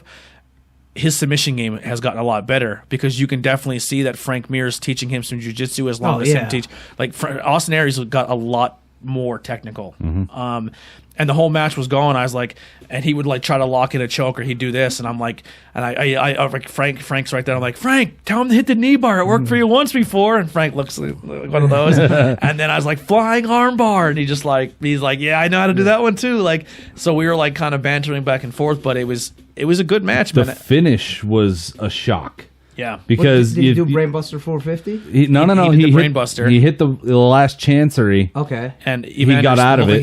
Evander looked like he no-sold it. Okay. Yeah, he hit the Brainbuster, and Evander popped up like fighting spirit, and like screamed, and then just went like, okay, yeah. But it was crazy. I mean, last chancery, he got out of it. Austin Aries looked right at him and goes, what the fuck? Yeah. Rolls him over, gets him up, hits the brainbuster. You think he's going for a second one. He counters out of it, and then it ends up into a guillotine choke. Yeah, choked him out. Oh, okay. Yeah. They played the whole, I'm not going to tap out, I'm just going to choke you out. The ref stopped the match. Frank slides in the ring, starts rubbing his chest like, hey, come on, buddy. Come on, come back to me. Yeah. Austin Aries was like, get him up. Yeah. Like kind of told Frank to like help him up. Yeah, help him up. And then he did like a heel / babyface promo at the end. I kind of picked on Brian on the show. He's from Philly. He's a Philly dude, and he pretty much said, it's nice being here. Last week I was in Philly, and those fucking fans are assholes. He said he used to live in Philly. He used to live in Philly, and they're a lot nicer. You guys are a lot nicer here than those Philly fans. I think he actually cut a very heartfelt promo. I think he actually did cut a pretty heartfelt promo there, because he said being there for 24 hours in Hazleton, seeing the town, he feels that like everybody's very hardworking, everything's blue collar, and that's what it reminds of where he grew up in Milwaukee. It's just a bunch of hardworking blue collar people. You know what's funny though? We were talking about MMA guys that transition to wrestling. The one dude who I cannot get behind, and I've only really seen him wrestle from MLW, is Tom Lawler. Yeah, I haven't seen wrestling. I'm just not a big fan of his. He's wrestled PWG, he's wrestled MLW. A lot of people are behind him, and I've seen a few of his matches. It just looks like an MMA fight to me. Like he literally, he throws a couple hip tosses, a couple this, that, and the other, maybe a fireman's carry takedown, and then he goes for the rear naked choke. But not an impressive MMA fight. Where you're like, no, this is awesome. It's just like it's crazy. It's just like a generic Matt Riddle almost. Like you should have set your fantasy team earlier, Tony. That's already said. I'm just looking at. Chuck Liddell said he wants to wrestle now. Chuck I seen that. He's Liddell, I can a little believe bit old. because he is a legitimate wrestler. I think he's just got to get around the learning curve. And Cyborg said she wants to wrestle. I'm thinking everyone's seeing the big paydays and like, well, Yeah. I mean, Vince has money. Chuck Liddell would be tough. I think he's a would be little tough. old. I Not bring, even just as old. bring him in for like 1 or 2 matches, and that's about it. Chuck Liddell would be the Tank Abbott of pro wrestling. Because Well, Tank Abbott was not good in pro wrestling. No. Tank Abbott was No. known his entire career to knock people out. Yeah, Chuck Liddell's known to being a knockout artist, a Yeah. counter puncher, a knockout. He can wrestle. He knows jujitsu. Yeah. But if Chuck Liddell goes in there and starts hip tossing people and rolling around on the ground, you're like, what the fuck? If you're trying to get that crossover audience, you're like, what the fuck is Yeah. it? Chuck Liddell would just knock this dude out. but Yeah. I think it's like now that's like, oh well, we could Like fight, Tito? but now we want to wrestle. Tito makes sense. Yeah, Tito wrestled. Tito former used, TNA tag team champion. Yes. Tito used to ground and pound the shit out of people. Yeah. Rampage makes sense. He used to Rampage, also an former Impact Tag TNA Team tag team champion. He used to power bomb people. Like he was a He hit a power bomb on somebody in TNA, and I can't remember. And the dude in TNA was actually out for like a month with a stiff neck as Rampage dropped him a little Isn't too he in hard. jail now, or who's Who? in Rampage? No. Who am I No. thinking? I'm thinking Bones Jones. Eh? No, he's good. Yeah, he never gets in trouble. He does stuff, he just never gets in trouble. Do you guys have the Outbreak card, or how far away are we from that card? 2 weeks. I don't know if So, every match is. I think almost 13th? every match is So the announced. week we come back will be the week that the Outbreak show happens. Yeah, it's a Sunday. That's gonna kill me too because I have my friend's wedding the day before. Oh, boy. Yeah. So we'll cover Outbreak the week of. Yeah. We'll jump because we're about an hour in now. okay. But as we talked, the main event is now going to be the one true Ace Austin of Impact Wrestling, taking on the Outbreak champion Lucha Underground superstar Cortez Castro. Well, and Ace Austin's last match before he kind of went into TNA was in Outbreak. an Outbreak show, Yeah. So in which you can to Cortez's argument, he is not the only undefeated superstar left in Outbreak. Ace Austin has never lost. In Oh Outbreak. wow, how about that? that's cool. I like it. So Ace does have a rightful claim to this title match. Yeah. Can't argue it. Can't argue it. It makes should be a good sense. match. Makes sense Yeah. for me. Andy Hitter slowly working his way back up Yeah, the well, ladder. they're having that thing where everyone that wins the match is going to be in a battle royal, and the last 2 people that battle royal wrestle each other, and the winner gets the title shot the next show. Yeah. I think that's this one, right? Something I know like that's a lot of that. rules Yeah. I just spit out real Yeah, fast. but it's something like yeah, that. something. Yeah, something Yeah. along those lines. All right. So Raw and SmackDown happened and NXT. You know, I didn't see second. I did go watch NXT today on the network, and they did not have the first hour. They only had the second hour on the network. I had Really? to You YouTube have the to- highlights you because have I to- was down at the hospital. Yeah, you have to I'm- wait I'm a gonna- full day. I'm gonna be honest. and then it goes on the network for the first hour. I'm like, I'm these first 2 weeks of NXT I have not watched yet first one was good. because I'm waiting for them to fully put it either on TV or one or the Yeah. other. Well, Imagine if I would have watched the second hour on not the sp- network I'm not and then splitting waited up. for the I'm that's not- why I'll I'm wait not till splitting the whole up. thing's I'm not done. doing according to what the commercial said, in 2 weeks it will be a limited commercial, limited interruption, all USA episode. This next Wednesday, it's back to being just 2 hours on USA. It's no longer going to be the Yeah. switch, so that's good. Heard some rumors too that SmackDown may get a full show, 0 commercials. Aren't they limited commercials for that too? Fox, but for the first one. Yeah. The first one. Well, why does SmackDown get the commercial picture-in-picture and Raw doesn't? because they have sponsors who pay for the picture-in-picture while you get the commercial inside the okay. action. I just think that's a better move for Yeah, wrestling. Yeah, I don't always liked it. understand. The thing that always bugged me is why go to commercial in the middle of a match? Yeah. There's no need for that. I mean, you go a whole pay-per-view show by not interrupting a match, but then, God forbid, you're on cable television. Oh, we got to cut the commercial right here. Yeah. We're going to show you a small picture of what's going on while we keep this commercial rolling for the next 8 minutes. Yeah, because they're more so focused on showing you promos than they are wrestling. That's the problem with Yeah. WWE right now. Yeah. I'll say this though, about Monday Night Raw. I don't think it was a great show, but the 5-way elimination match they had, that was a good match with Rey Mysterio and Nakamura and everybody. I was Yeah, happy to it see was Ray good. win that match. I think it's a great time for him right now to be in that picture. Yeah, that's going to be a good match. And Seth Rollins even made a tweet today saying that's like legitimately a dream match of his. He's always wanted to wrestle Ray, so like that's pretty cool. Seth Rollins cowering in the corner screaming because a guy's wearing a scary mask. man in a Halloween that mask. was stupid. Cowering like a woman and Yeah, then... that's so stupid. It was weird because when he gave his promo, I just was like, who wrote this promo? Because like they don't understand like face philosophy at all. He's like, I'm gonna survive and I'm gonna prevail in that Hell in the Cell match. Like, And he don't, kept saying, he don't said it talk 16 like that. times. Yeah, So you know what that That's goes. his t-shirt. say you're Is it gonna a new T-shirt. Say you're gonna beat his ass. Say you're gonna don't Yeah. say I'm gonna survive the fight and I'm gonna get out of there You somehow don't as scare me. champion. I'm gonna Like, kick what the- your ass. I know you're Bray Wyatt under there. Blah, Yeah, blah, like, blah. what the hell? Yeah.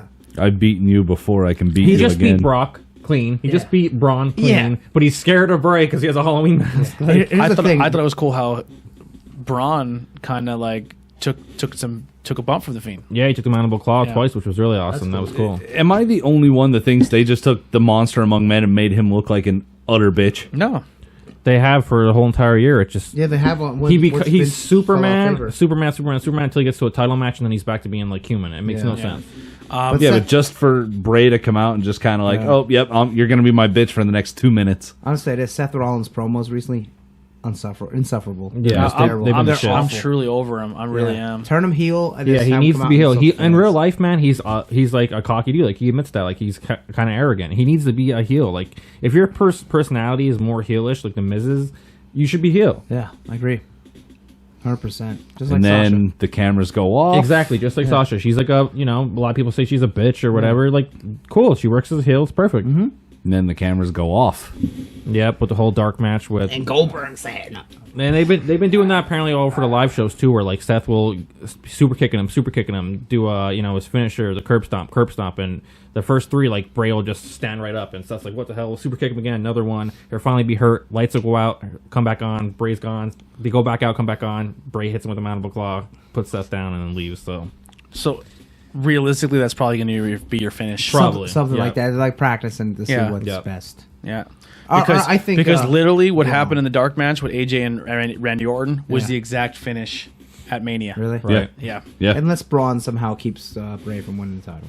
Yeah, see, that's the hard part that I can't swallow with this right now is they're making the Fiend out to be this character that's unstoppable.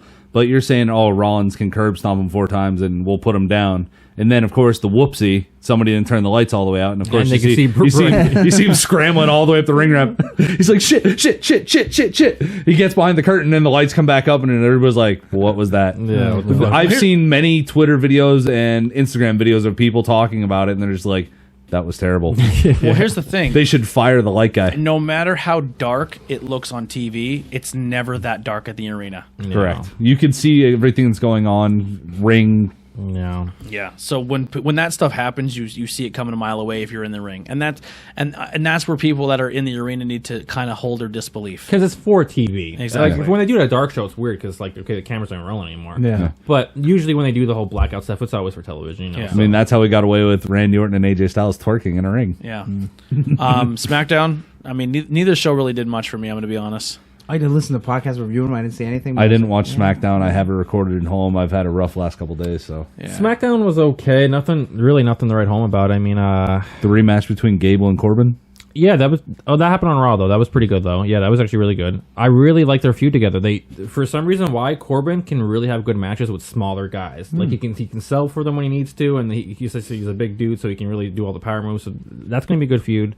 But on SmackDown, it was like Ollie versus Nakamura. Ollie almost broke his neck. I don't know if you've seen that. Yeah, I saw that. Suicide dive. Yeah, that was pretty bad. I was like, Jesus. Oh my Like God! Bradella. When Daniel Bryant took the claw from the apron, he took a claw from the apron into the ring. Yeah. And when he came over the rope, his foot caught Caught the in middle the rope, rope, yeah. and his foot wrapped, Yeah. and his like Macho Man Randy Savage, Yeah. and his head went Boom, bang, right off the thing. It was brutal. and his foot was stuck in the rope. His head hit the ground. The ref went over. They're trying to get his foot unstuck, and they couldn't. And then he's like, he's trying to sell his head, and like you could tell he was like a little wobbly. Yeah. And they're like, he's like, do this, and he fucking pulled his foot out, and then they clawed him again, and then pinned him. Oh, geez. Yeah, it was a little Poor brutal. guy.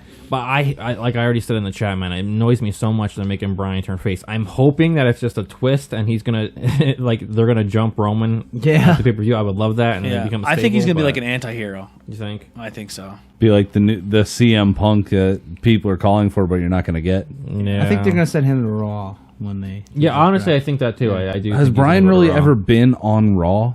Yeah, I think so. Yeah, during the whole like AJ Lee thing. like when he actually became like popular in 2013. That's when he like won the WWE Championship. I or think they're whatever. Yeah, but there was over- two shows at the time. They Yeah. weren't- there I was think no they're gonna split. overload SmackDown. Oh yeah, Raw. That's the plan. It would be like how they usually do a SmackDown where they get like one big star too. Yeah, and then and I the other think way around. Raw is gonna. Here's my prediction. I think like AJ, all those dudes are gonna go SmackDown. Yeah, or SmackDown. Ronda, Brock. So I think Roman. AJ's dropping his title to Cedric at Hell in a Cell. Okay. Well, they're actually having their match this upcoming Monday. Yes, I think Cedric drops his title. AJ drops the Or title. AJ drops his title to Cedric, and then they all move to SmackDown. okay. Nakamura to Raw then. Does he's Intercontinental? Nakamura stays Raw. Okay. I think The Miz stays Raw. I think The Miz is SmackDown. It's so The Miz is SmackDown. Raw. It's He's so Miz is terrible. Raw, Yeah. But that's the thing. They want to do they want a clean split. The wild card rule is going to be null and void. If you're on SmackDown on Fox, you are on SmackDown on Fox. That's what it should be, and keep them separate for like a whole year. Yeah. Don't even do the Survivor Series thing this year, because if you break See, the rosters, Survivor and put 'em Series back wouldn't be together, bad. Battlegrounds is the only one. Survivor Get rid- Series wouldn't be bad because then you could do Raw versus SmackDown like they used to. Yeah, but after a month, Yeah, you're why gonna, not? you're gonna split people. Okay, well, they're never gonna see each other. They're two different rosters, And then a month later, wrestle each other. Now. Yeah, I totally get Andy's point. Yeah, that's true. Now, the one thing I would like to see coming into that would be War Games, NXT versus UK. Oh, That would be fun. I'd That'd be love cool. to see that. You know, think- they might actually be setting that up, actually. Because That- how many yeah. years are they going to do that on a Yeah. Undisputed Era in the War That's Games? gotta They're be gonna do an it every NXT year. pay-per-view. Like, Yeah, yeah, absolutely for the War Games pay per view, but I'd love to see that Yeah, that'd be because cool. now with the UK guys coming over to NXT and raiding the locker room over there, like Walter and all his guys, you can set that up nicely to where War Games it'll be Walter stable against Kushida and three guys of his choice. Yeah, they might actually honestly be Imperium. doing that. Yeah. Yeah. I think Raw's going to turn into your workhorse show where you're going to see. That's why I think AJ will stay on Raw, though. I actually do. I think Raw's going to turn. I think they're going to send AJ off after his contract on SmackDown on the big TV ratings. They And I might- think I the club gets established on I think SmackDown. AJ will retain the title, and I think they're going to keep him on Raw. I think him and Seth are pretty, and Daniel Bryan, 'cause I think he's going over. I think they're going to be the three main guys who are technically sound over on Raw, because I think SmackDown's going to get Braun. I think they're going to have Roman. They're going to have Lesnar. They're going to have like the big stars. And Well, they want size. SmackDown to be the A show on Yeah. Fox. Of course. So I think it's going to go SmackDown, NXT, Raw. Raw's actually going to fall all the way down to the C show. I think when it comes to the eyes of the company, it will. But I think Raw is going to turn around and be your better product because they're not going. The people are going to have more of a looser ship For sure. and they're going to be able to it's going to be how SmackDown used to be, where SmackDown were like, all right, cool, we can do whatever the fuck we want over here. We can put good storylines on, and we can go out there and put amazing matches When on. Paulie ran it, now he's running Raw. And so- that's why some guys, are going to stay in Raw because Paulie already wants them. He loves Ricochet. He wants Ricochet. He Yeah. loves Cedric, apparently. He wants. I think he has a thing for AJ. I think Seth. I think you're going to have these young, athletic guys in Raw. And it's SmackDown's going going to be your premier show, but I think Raw is still going to be your better show. Now, Yeah, does I Raw hope keep so. that third hour or does it go over to SmackDown? I think they keep it. I think that's like a deal between USA. I don't think they can do a third hour on Fox right now because of like local news or Yeah, something like that. yeah. But at this point, I don't think Raw's going to need the third hour. I mean, if you're going They to never honestly have, yeah, but yeah, they yeah. still. Yeah. you can go back to 9 to 11, and I think I'd be okay with Well, they it. said they make so much money off advertising. For Yeah. that. Yeah. That's why they won't get rid of it. All right, so that'll wrap up our This Week in Wrestling. Lady really wants me to pet her here. She keeps. Yeah, She did that to me when I first got So her. we're gonna get into our topic tonight. Now, before we get into this, Yes. I found like some 8 interesting facts. Really? Would you like me to do my facts now? Sure, or do yeah, you go wanna ahead. 'Cause end with that? I watched the whole pay per view. You know what? We should have got Jeff because Jeff probably watched it yeah, inside and out. should have brought your belt, Oh yeah, I forgot. Yeah. I totally forgot I had the ECW World Title, the FTW one. which was not defended at that show though. Yeah, the um, FTW title. Yeah, the FTW title. Well, that was technically it was defended. yeah. So ECW Heatwave '98. So I have some cool little facts. You may or may not known. This was actually the number one. This was ECW's or. Cool facts by ECW. Don't associate that guy's voice with Top ECW. 10 facts by. No. This is the first ECW pay per view in Ohio. Yeah, Dayton, Ohio. Dayton, Ohio. Horror Arena. Long list here: Balls Mahoney, Rotten, Candino, Ian Rotten. Mike Awesome, Habusha, Bam Bam Bigelow, Hayabusa. Which is Japanese for Phoenix. Yep, Bam Bam Bigelow and Big Dick Dudley are all not with us anymore. Yeah, I know. Yeah, I know. I was It's watching. crazy. I was It's like, sad. well, here's the people that are dead. Yeah. Yeah, so that card is filled with some people we lost early. Sad, super sad. A lot of great talent too. Mike Awesome was really Mike good. Awesome was It was so so good. weird how good he was in ECW, and then he went to WCW and he sucked Yeah, so bad. yeah. I mean, they put the '70s gimmick on him. He was the Yeah. '70s, And then it was guy. the Oh. fat chick thriller. The fat chick thriller. It Well, was we were so here stupid. watching when we came in. He flipped on the awesome Tanaka match, and It's awesome. When Tanaka Fantastic. Yeah, fantastic. when So many when numbers. Tanaka dumped him out of the ring onto the table, and he just God, landed on his head. Brutal, dude. So brutal. And let's look at it this way: I think that's one of the maybe 5 matches Masato Tanaka ever won against Mike Awesome. Yeah, they had a good rematch then when they had like ECW One Night Stand. They Yeah. had another cool match. Tons of unprotected chair head. Oh, yeah. headshots. Oh my god.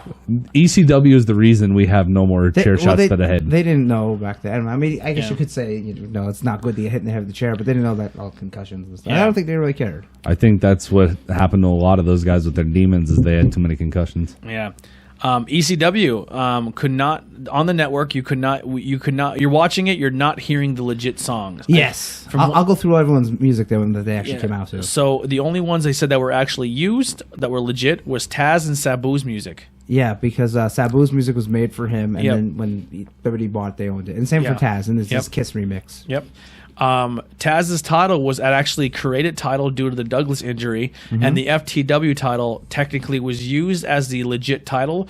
But if you actually look at it in like retrospect, it was pretty much like the fake title. the Chael Sonnen Championship right. from UFC, Yeah. where it legit wasn't the real title. Taz was calling himself the real world champion, so Yes. he went out and got his own belt, which was the fuck the world title. Yeah. Which at first it was the WWE like Winged Eagle, but then it said FTW on it. It was an actual title, but it Yeah. was clearly the WWE title. Then they made an actual FTW Yeah. Yep. custom belt, which Now- was way cool. Another weird thing about this show too, this isn't on my list. ECW was not afraid to talk their competition on they'd, camera. They'd always call them out since the beginning. Yeah. While what's her name? Actually, there's another one on this list too we didn't even bring up. Tammy. Well, not Tammy. she's- Not Tammy. Francine. No. Don Murray. No, Tammy the other wasn't here. Nicole Bass. Oh, Nicole Bass, she died, yeah. She's dead. She's dead too. Nicole Bass. They said, "Man, look how big she is. We should call her Africa because she's way bigger than China." Yeah, we should call her Asia because she's so much bigger yeah, than China. yeah, There's so yeah. many good lines from Yeah. Joey Styles. I wrote that one down, actually. Yeah, and then I guess they kept saying, You know what's funny? WCW had an Asia. Yeah. Yeah, they did. That's true. This is the first and only ECW appearance. This is the first and only ECW pay-per-view appearance for Big Dick Dudley and Hayabusa. Big Dick Dudley was never on another pay-per-view? Nope. Oh, This- wrestling? He had to be on another pay-per-view. This is his only. They just said his first and only ECW pay-per-view appearance. So I guess wrestling or whatever. It has to yeah. be wrestling because he came out with the Dudley Boys, I think. Yeah. And then they said first ECW pay-per-view for Tammy Stitch and Jack Victory. Oh, yeah. That was their debuts. I know everybody always is like, "Oh man, Tammy's such a whore," but like I would have ruined that especially back bitch then. back She in was- the she was '90s. Oh still my hot. god, she was just fucking You hot, still have dude. the opportunity if you want to go visit her up at Sunbury prison. Listen, I'm not against it. I don't know if the old lady would give me the okay, but I'm not against it. I watched her adult film. I was going to say, if you want to see Tammy Stitch, Yeah. what's it, Sunny, in through the back door? Yeah. Yes. Yeah. And Sunny side up yeah, sunny in through side- the back door. it's rough to watch. Yeah, it's a little rough, but hey. The only thing back then, her I hair, mean, let's be honest. I'm pretty sure we've all watched it. she had... Oh yeah, for yeah, sure. I watched it, of course. Listen, I would have started if they would have been was- like, sure, why not? She was like my I'll give it a first go. love in wrestling. Hell yeah. Her hair was always so wispy. like, Tony. now she has much I'd better have hair. been like, Tony, I could be Esco Brothers with Shawn Michaels and Dolph Ziggler. Yeah, I'll Hell sign me yeah, up. right? did you watch it? I watched it. Yeah, 100% I watched it. Dave Meltzer, stars. I'm only going to go through three matches. I was going to go through his stars when we do the matches. Oh, My okay. stars and Dave Meltzer's stars. All right, not a problem. I'll hold off on that. And then the last one, this is RVD and Sabu's only ever successful ECW tag defense on pay-per-view. How about that? So instead of stars, can we rate this 1 through 5 concussions? You could if you wanted to. A million. My God. So yeah, you want to get into the pay-per-view? Yeah, so this is like one of my favorites. I watched it over and over when I was a kid. I thought it was so great. The attendance I wrote, it was almost, they said 4,000 4,000 people. A little less than that. Yeah. It's not a big arena. And then it opened up with Joey Styles, of course, opening up the pay-per-view. And then Shane Douglas and Francine come out. How about Francine's outfit? She was wearing 3 things. Heels, the thong, and then that see-through overcoat. Yeah. That was yeah. it. Francine was another one. She was smoking back yeah, then. she was all the way live. Beulah. And they Yeah, basically... Beulah was even. Dude, her yeah. penthouse. Oh my god, Oh, my dude. God. What was the fucking the line that he said? He goes, Oh, he's like, this suit, you like it? It's double-breasted, just like these. and then she smashed. She was, Yeah, and she goes, motorboats. She goes, yeah. This is. You want to see the best $6,000 I've ever paid for? And he puts them in her face. He puts them in her face. His tits in her face. Oh, it was so good. Oh, and then what's his name? Kind of like peek, like Shane Douglas, Shane yeah. Douglas like shows her tits to all 3 of them, and then moves it. And all I said, Shane Douglas then was like Triple H was what Triple H became. Yes, Shane Douglas was then. Exactly. I honestly always thought like Triple H just took Shane Douglas's gimmick and put it up to 10. Like Yeah. WWE, yeah. And he was the triple threat with Bam Having Bam Chris girls did, of flash course. him in the Yeah. crowd, and then Just the way he remember wrestled and BB the act? medic? They had that over the. I remember Oh this no, specifically. she was the. Wasn't she the the trainer of Steph, like her physical. No. trainer? She was a medic. She was BB the medic. I want to kinda say, remember but it was that the over the top rope topless challenge, Oh God. and it was. I want to say BB the medic and Terry Reynolds were the two girls involved, and every time that somebody got tossed over the top rope, one of the opposing girl had to lose an article of clothing, and it came down to BB losing her job or taking her shirt off. And of course, Hunter with his leather jacket, as she takes her shirt off, he kind of does the code open and like the hey. So I even wrote down that all the music is edited out of this pay per view, which sucks. And the curse words. Well, some of them, some slip Not through, all. and then some pay per views they every fuck you can hear. Really? Which is Back in the I kinda '90s, like that. every WWE pay per view they never bleeped words. If I'm paying for the network and It should I be don't uncensored. and I Yeah. don't have the parental control Yeah, switch turned on, uncensored. then leave me alone. I understand the music; you don't want to pay rights, but The same thing happens with UFC pay-per-views. When you used to buy the UFC DVDs, like when Chuck Liddell comes out, he comes out to Raining Blood. Okay. But when he comes down, it's like yeah, it's like generic music number one. One thing they do is they try to get a rip-off song that kind of sounds like it, like Tommy Dreamer. UFC didn't give a fuck. They put the fucking circus music in. Anyway, so Shane Douglas hurt his elbow. I forget what the shoot injury was, so that's why he didn't defend the title at this pay per view. So they worked him and put him in commentary, and worked it with the Sabu match or with the Taz thing, the angle. But anyway, the first match, Justin Credible versus Lance Storm, and Justin Credible comes out with Jason Chastity and of course Nicole Bass. God rest her soul. And Chastity was another good looking one. I forgot about she her. wasn't bad, and she was in WCW, and she got fired because they didn't know she made a porno. And they found out, and that's when they got rid of her. She went back to ECW to manage. Yeah, she was real hot. Yeah. So Justin Credible's thing was always he had this strange entourage. Like he had the minstrel at the end or whatever. It was like a guy like Now that was Aldo Montoya. That was Buff Bagwell. No. No, I didn't know who the other guy was. Oh no, Jason was he was a ECW guy. And he was a tag team champion before, and he kind of hurt himself, so he didn't wrestle. He just come out and be a manager. Then he's the sexiest man alive. Okay. So that's what Jason was. But I thought this match was awesome. He was good. Yeah, very good back and forth. And like I was watching Jerry Lynn in the beginning get some chain. I'm like, I'm gonna take that because he like goes around and does this arm drag. I'm like, that's awesome. And then of course the Frankensteiner off the top rope through a table, first table spot of the night. Jerry Lynn was one of the most underrated ECW stars ever. He was great. Jerry Lynn was one of the so most good. underrated wrestlers. Period. Yeah, He was very true. good. And Justin Credible, a lot of people like, he was pretty good in this match. Are you sure this match was awesome and not simply incredible? Yeah, that's incredible. Which is the name of his finisher. They hit the tombstone off the second rope, which is insane. Yeah, that's insane. When people always talked about ECW, they're like, Justin Credible was always mentioned. He was always in the talks. Always like one of the biggest names. Sabu was there. RVD, the Dudley Boys, Tommy Dreamer, and Sandman. But Justin Credible's name was always in the mix. Justin Credible was a pretty good wrestler at this time. So When he was clean. yeah. Justin Credible has a lot of problems, like most people in ECW did. But anyway, how about Jerry Lynn just dealing with the whole entourage? Like he gives Chastity a pile driver and low blows Nicole Bash, and she sells it. And he's a powerbomb Jason.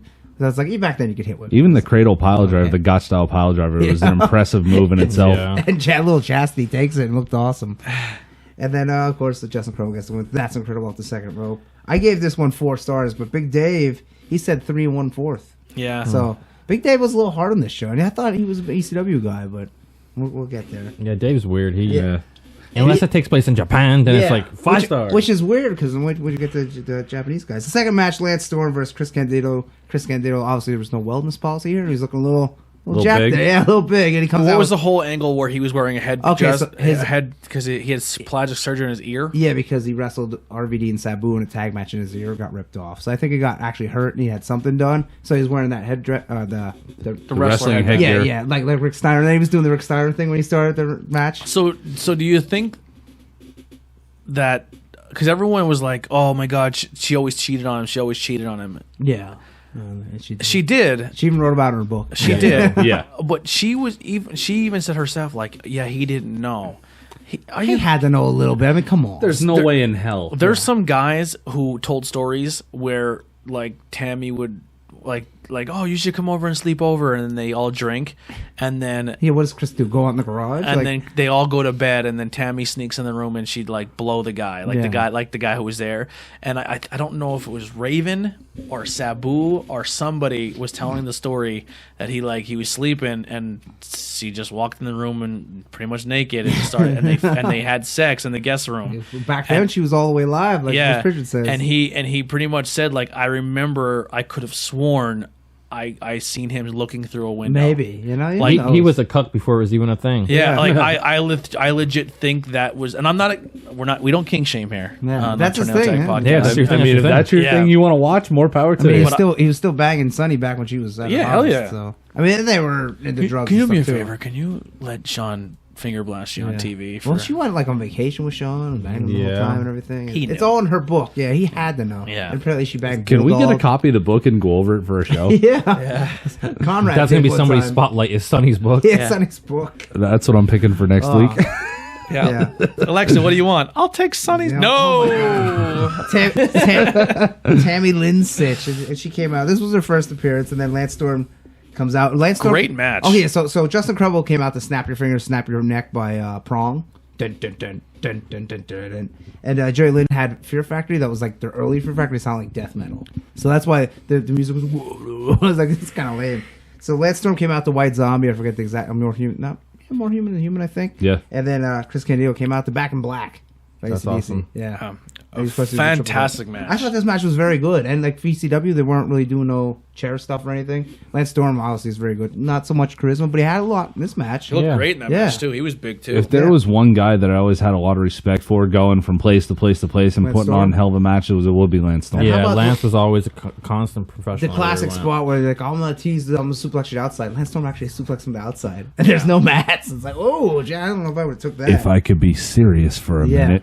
Calgary, Alberta, dramatic pause, Canada, and then Chris Candido wins the boy. match. I What? don't even know who that is. Wins the match with the blonde bombshell off the top rope, the super power bomb. Mm-hmm. So then we have two top rope finishers for this pay per view so far. So I gave that one 3.75, almost 4. Dave Meltzer, he says 3.25. He didn't like it as much. I'm like, Dave, you're a little hard on this pay per view. So up next, there was a New Jack promo, and then a brawl with the Dudley Boys and Jack Victory. And they had that whole thing, and then John Carlos was there. Balls and Axel. were there. Not They a were New tag Jack up. fan. Yeah, I'm not. Yeah, never I was- at all. I was never really into New Jack either, especially afterwards when he's such an asshole. I don't understand how you can come out while your music plays the entire match and then still have a match and your music's still playing after it's over. I thought that was cool, but like once I found out I was such a dickhead, I was like, fuck. I mean, he crushed that kid's skull with the chair for no I reason. know. He He's a sliced real that kid's prick. neck, Yeah, and he's a real prick. And he was with Marlena, Will Terry Reynolds for a while. I was like, what was she thinking? Like, my God. But anyway, New Jack. yeah.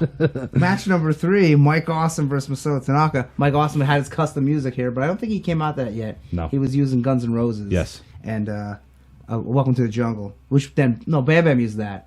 Mike Awesome used, I forget, some Guns N' Roses. And Tanaka had some He had spinning some- Japanese some music. Japanese, and they just gave him some generic music here. Yeah, that's a great match. But I That's mean, an this match awesome is this is probably the match of the show. 'Cause this match Yeah, Yeah. for sure. Well, Because even sitting here watching, I remember the match vaguely Yeah. from when I first watched it to rewatch it.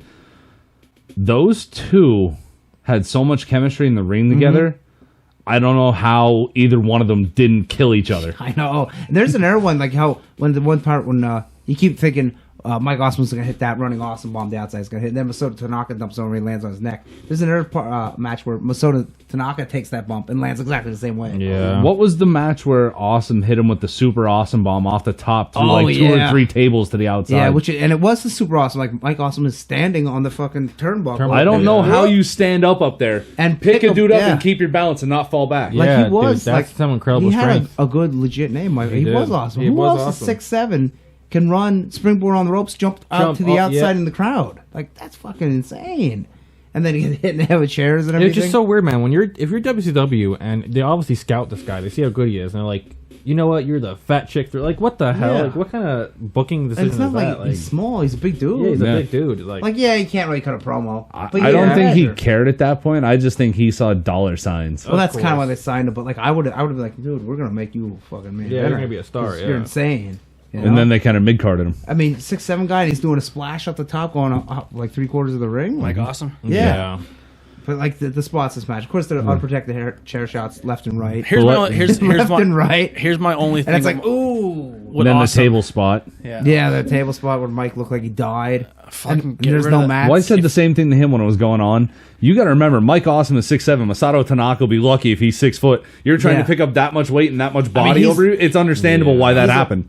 Tanaka's a wide dude, but still, like I would have told Mike Awesome, man, you are fucking great. Just get rid of that goddamn mullet. I kind of like the mullet. And in Back then, the mullet was still a thing. in Japan, he was the gladiator. He had like face paint in FMW, and him and Tanaka traded the title back and forth. But yeah, Tanaka wins with the tornado DDT on the 2 chairs, right? Yes. Yeah, after the roaring elbow and everything. So I say 4.5. It was almost 5, but I could have gave that 5 stars. Yeah, I'm sorry, it's but still good. any I'd probably give Tanaka 5 Mike stars. Awesome match has the potential to Yeah. be match of the night. Yeah. So and Big Dave says 4. So I don't know. Big It must Dave. not have been Mike Awesome, but like 2 Japanese guys. Well, guys from Japan. Mike Awesome, not Japanese, but like I thought Big Dave would be all about that. So there's that match. Then there's a Taz promo. He said he's gonna win the title and stuff. There's a Dudley promo with Joel Gertner, who I love. And then we go to the international flavor match, which is Rob Van Dam and Sabu with Bill Alfonso defending the tag team titles against former Hakushi, Jinsei Shinzaki, and Hayabusa. Now, I Both in completely FMW at agree the with time. what Joey Styles says in the first 3 minutes of the match. Sometimes I wish Bill Alfonso would just swallow that damn that whistle. Yeah, that was his gimmick, blowing that whistle. And did you see that they had a promo too? Their gimmick was, so at the time, RVD's has his TV title for 2.5 years. Yeah, And they had the tag title. So when they're doing a promo, they would steal the belts from each other, and it didn't matter which one, and they'd hold it. And Sabu would take 2 and hold 2, and then Sabu won the FTW title. Spoiler alert from 20 years ago. And then they keep switching the belts later on. It was so funny. And then Rob Van Dam's acting like he's high, but in the promo he keeps going, Hakushi. And that's pretty funny because Jinsei Shinzaki in WWE was Hakushi. But the only problem with this match, I think the language barrier kept him. It's a lot of flubs. A lot of Yeah. This is what Rob Van Dam whips off Hayabusa and then goes for the Lita, and he's supposed to come back, and he comes back and like, ugh. It's like, ugh. And then the crowd let him You hear fucked it. up. Yeah, Yeah. You fucked yeah, up. that's the one thing. They're on top of him. But Even Van Dam turned to look at the crowd. He's like, oops. yeah, there was some good stuff in this match, but I think there was some parts where I was like going back. I'm like, knowing what I know now, I was like, yeah, they kind of fucked up there. Yeah. And then like they put The one thing that Hayabusa's killed gonna it. Put him through the table, and the table breaks, and then Hayabusa was in the WCW video game, right? yeah, but he was called Yeah. something else. Yeah. Yeah. Yep. And the Falcon, he invented the Falcon Arrow, which is suplex into that Seth Rollins does. Who No, was that's the cool. I guy with the didn't know he went to tattoos? Shinzaki. He was Hakushi. Shinsaki killed me in that match because you have RVD and Hayabusa brawling against the ropes. The table set up like someone's supposed to be done at the tables. He's like playing off a bum leg, and he's literally sitting there perched on the top rope, like Yeah, that one part, and he's just there. yeah. There And was a then few times where they literally walked by their opponent. Yeah, and then like, Sabu shoves the table out of the way and takes a shoulder tackle off the yeah, top and rope. I'm like, so it's like miscommunication. Yeah. I Yeah, think- just a lot of miscommunication in that match for sure. Yes, that's why I said it was still for what it was. It was doing some cool stuff. I gave it 3 stars. Big Dave says only 2, which is he loves the Japanese guys, but maybe he didn't like FMW at the time. Nope. But yeah, I even wrote kind of sloppy in spots. And RVD and Sabu win with the double leg drop, putting both guys through the table. Yeah. So I that's thought it was the 3 5 star and the leg drop. I think did he? I thought he did. I think they both did leg. I don't know. Maybe, possibly. They both put him through the table anyway. So that's 3 finishings off the top rope. But I liked the match. It was cool seeing Hayabusa in America. And you're on your own for the main event because we didn't get the. Oh, I didn't get to the main event. Well, No, we didn't chance. well, let me go first. There's another match first. Ah. So I don't know. There's 2 more matches. Which one? Bam Bam and Taz. What was the main event? The Dudley Boys, Sam and Tommy Dreamer and well, Spike. then, yeah, I didn't. You're on your own here. Oh, Yeah. you didn't watch? Oh my We didn't God. get that far. Bam Bam Bigelow versus Taz. That match was great. I love that match. Yeah, so they had the other match where Taz has Bam Bam in a sleeper hold, and he goes back and goes back and goes to the ring. Yeah, that was so cool. So that was their match, and then this match they do it again. But Behind the scenes, how do they do that? they there's a board there, and then they just- promos and they remove the board during when they're playing promos and stuff, like under the ring. Just they So- had a so- cutout thing. So guys know, hey, when you're working, Stay off of this area. Well, no, there was a board there. There was a board there for all the other matches. When Yeah. it's time for Taz and Bam Bigelow's match, then they moved Yeah. to the board and There was guys on the ring, and they just Yeah, they just tell them stay away from this part of the ring until you're ready yeah, for and the they spot. made it nice, and they put some stuff there. So when they went through, it was like, whoosh, and then Usually it's foam and Yeah. a little bit of Yeah. whatever. And you then, got. and then there's actually Shane Douglas versus Al Snow was the main event for that show. So what they did is they got caution tape. They taped off the corner, which was so funny. It's like, Yeah, that's crazy. You think if we were gonna do that spot, you would put it on last? Yeah, you know? yeah. As ECW. But anyway, they do what Taz goes for the tornado DDT or just a regular DDT and goes through it. But they're like, oh, Taz went through the rampway first because they had the ramp like WCW here, which was pretty cool. And this one they brawled all over the crowd, but this was a great. That was match. also a big thing in Pride too, with the ramp. The connected ramp, in the ring. yeah. Yeah. I like the ramp. I think it's pretty cool. And then I wrote down that they brawled all over, and it was cool to see Bam Bam because it kind of wrote, oh, he's an '80s guy, but he was like, no, he's doing good work here. Taz wins with the Taz mission on the ramp because there was no rules, but Bam Bam was reaching for the rope, but he was outside the ring, so it's like, does that count? Yeah, right. And Shane Douglas is flipping out, going, he was reaching for the rope, and he takes the monitor, throws the fucking monitor off because they're in the perch doing commentary. And Taz basically says, I want you, brother. I want the real world title. So they built for that match, which they would eventually have then. But good match. I gave it 3.5. Dave Meltzer says 3.75. So. Oh, okay. And then for the main event, the Dudley Boys come out. You got to watch this and how much shit the Dudley Boys would talk. That was their thing. The Dudley Yeah, Boys, they were amazing. They would Yeah. literally try to start a riot. Yeah, they and Joe would. Gertner and everything. And Sign Guy. Dudley didn't say anything. But Bubba would come out and just... Spike was in it. No, Spike was a good guy this time. They turned on Spike. Well, they kicked Spike out because he was... Too nice. Yeah, he was the runt. He was worthless and all that. So that's why Spike went with Tommy Dreamer and Sandman. You know where Spike got his name from? Yeah, LSD, Little Spike Dudley. Little Spike Dudley, Little LSD. Spike Acid Drop, which was his finisher, the Yep. Dudley Dog, which they that's changed cool. it to. This match was pretty cool. After the Dudley Boys run down the whole crowd and everything, and Joe Gertner does the introductions for everybody and puts himself over. And I always would do a sexual thing. And if it's like, I'm the one, I'm Joel.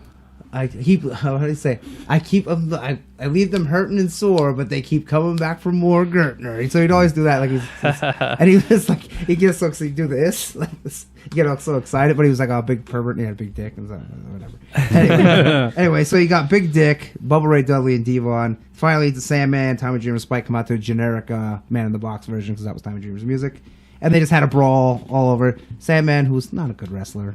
2 out of 10, maybe 3 out of 10. He knew how to brawl though. But he knew how to come out and he bust himself open, drinking beer, and smashing the cans off his head. And I think maybe they played under Sandman, but of course we don't get under Sandman. And they started off. It's a shame too, man, because if you go back and watch like when ECW went back to the Hammerstein and a whole crowd is singing Enter Sandman, and you hear this dun dun dun. yeah, dun, and you dun, literally dun, dun, you dun. get no respect on that Yeah. whole entrance because everyone's like exit. Yeah, like pay for a generic like cover or something. Yeah. But it started off with Devon and Tommy Dreamer. They're actually wrestling, doing holds and trying to pin each other. And then like they tag out, and then Spike gets in there. Spike and Bubba wrestle, and they just fucking throw the shit out. Ultimate press to Spike. You want Powerbomb the Spike. You want to It's like, watch some oh. crazy shit? Just go to YouTube and type in Spike Dudley Spot Fest or something. Spike Dudley versus Mike Awesome. They Or just Bam Bam when he launches them. Yeah, literally Bam Bam into the launches crowd. I will fucking never crowd. understand how Spike Dudley is not on that list He of should've wrestlers died. who is not with us. Yeah. How about that spot on Raw or SmackDown, whatever it was, when they went to pick him up in a crucifix powerbomb, 2 guys, and they were supposed to throw him over the top rope That was La Resistance. and hit the table. And when they threw him, his ankles literally hit the bottom rope. Oh. And this is the table. Yeah. He landed short and hit his head on the Oh, corner of the God. table, Yeah. and literally back and of his neck. head and neck on the floor. Now, who- he never even hit the table. Who'd they throw out? La Resistance through Spike. Oh, Spike. Oh, Yeah. God. Spike Yeah. took a fucking beating. But the match was crazy. It obviously set up for New Jack to come out because Jack Victory started coming out helping the Dudley Boys, their Yeah. own team. And then New Jack comes out and they just beat everybody with weapons, and then the good guys celebrate. I think Tommy DDT Bubba on the ladder for the pin, and then send everyone home happy, and the good guys win. But after the Dudleys ran down the crowd for 20 minutes. But it's so good. It's so good. If I you ever mean- want, I have a Dudley Boys DVD from ECW, and it has like all their best insulting the crowds. It's phenomenal. If you had to highlight your top 5 ECW moments, the scaffolding matches in there, the chair incident. See, I didn't. The scaffolding thing was like cool to see, but I was just like, oh god, Yeah. like it was so much, dude. I mean, Like, it was that's too just one much. of those like moments in ECW that stick out to you, though, Yeah. as like a top moment. The chair incident Which one? where they started throwing the chairs in the ring. Oh, it was Terry Funk and Terry and Funk, Captain yeah. Please stop throwing the chairs in the ring. You know, once that starts, it ain't stopping. you should do that for PBW. when the show. Dudleys legitimately like caught Spike on fire with the flaming table, like the flames didn't go out. It actually the fluid soaked into his shirt when he Yeah. hit the table, Did and they- his shirt actually started burning Yeah. up. when Raven crucified Sandman. Yeah. That was Yeah. crazy. And Kurt Angle was there that night because Kurt Angle was going to go to ECW before WWF. Yeah. And he was like, I'll never work for this company after that. He's like, screw this. Yeah. And like, he walked out. Eventually, he was ECW World Champion, but not that easy. Do you know who was at that show as well? You? No. No. Jeff? Jeff was probably at a lot Jeff. of them shows. Oh, yeah? So they wanted everyone to evacuate the building, and they filled the whole arena with smoke. They did. And then everyone was supposed to leave the arena, and then they were going to get a hard cam shot of like him on the crow's nest, and Jeff snuck in the arena, and he has his shirt over his mouth, and he's screaming, "Yeah!" Like he's just like heckling. And they're like, See, "Get that's the why fuck out of if the Jeff shot." was here, he would fill us in all the backstory of all the storylines. Yeah, stuff, he was but at so many. I thought it was a really good pay per view. The main event was it's a big. The Murder My Dudes guys were at a lot of ECW shows as well. Were they? Yeah.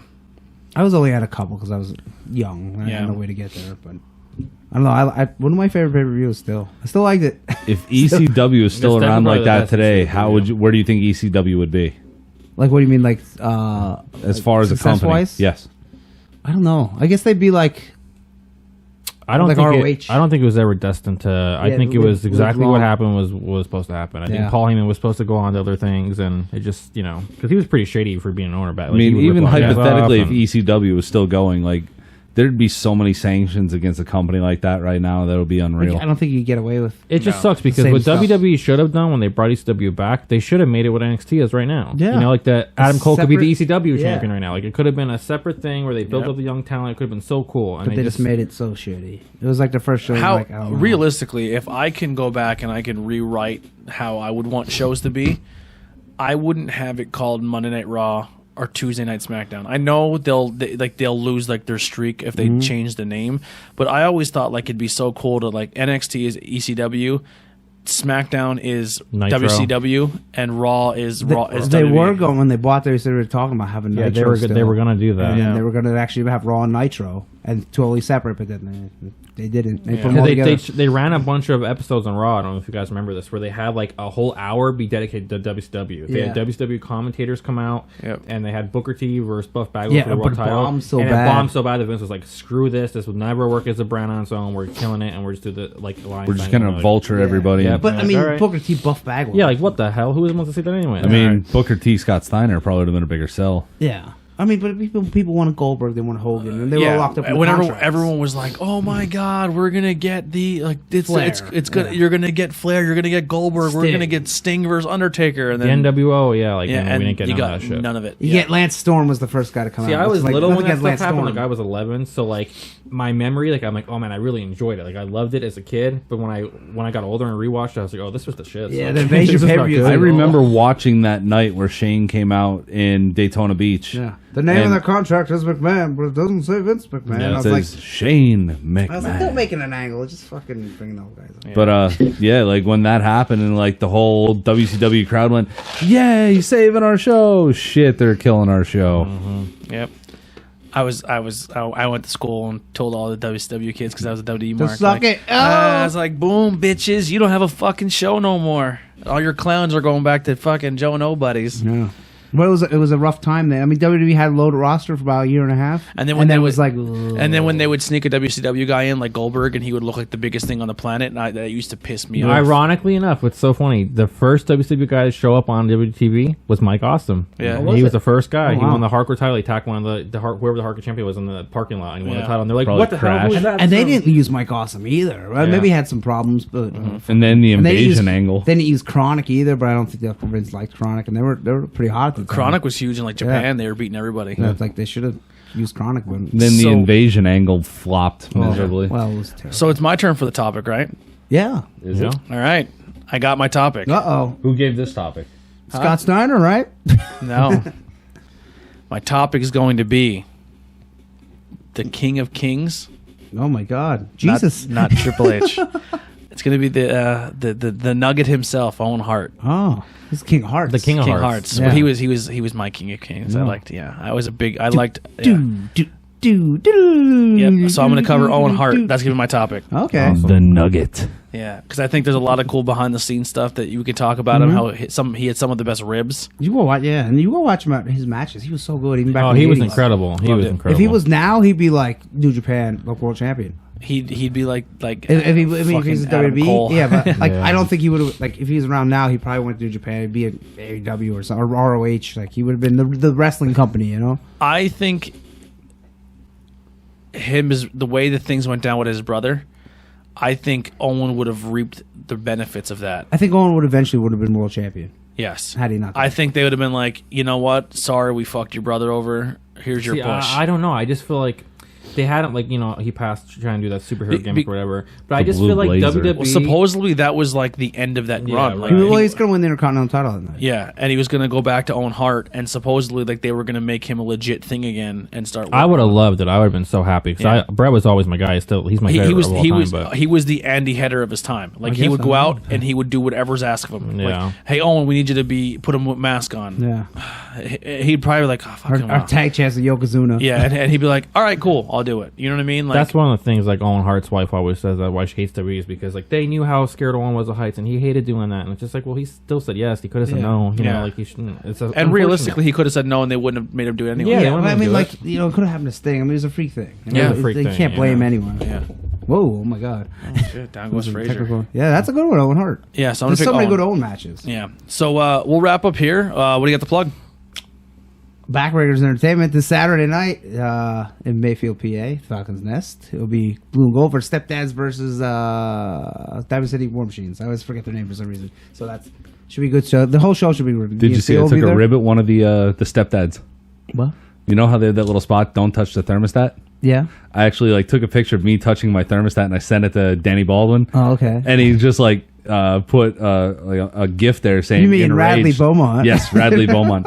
He put a picture there saying enraged. That's pretty funny. I feel like every city has like their inner city machine guns somewhere. Yeah, it's like, yeah. oh, it's the Panama City machine So- guns. It's like, god damn it. So it should be a good show, though. I'm looking forward to that. And then let's call it the Power Rangers 2 episode will be out probably Saturday, maybe Friday night, probably Saturday though. Cool. And we got a big week next week, so we're gonna Comic-Con. preview that and just a ton of wrestling next week. And we're going to the New Japan show Sunday. So Where are you Yeah. going for Comic-Con? New York. I went to do the Harrisburg Comic Con. I missed Oh, it. yeah, that one ain't bad for a small Yeah. little one, and it's only And like then $20 to get in. And he's going to be doing the topic on Tornado on Yeah. Not Cool in High School when we come back. We're gonna cool. next week we're going to take the week off for both shows. No next shows. week no shows at Okay.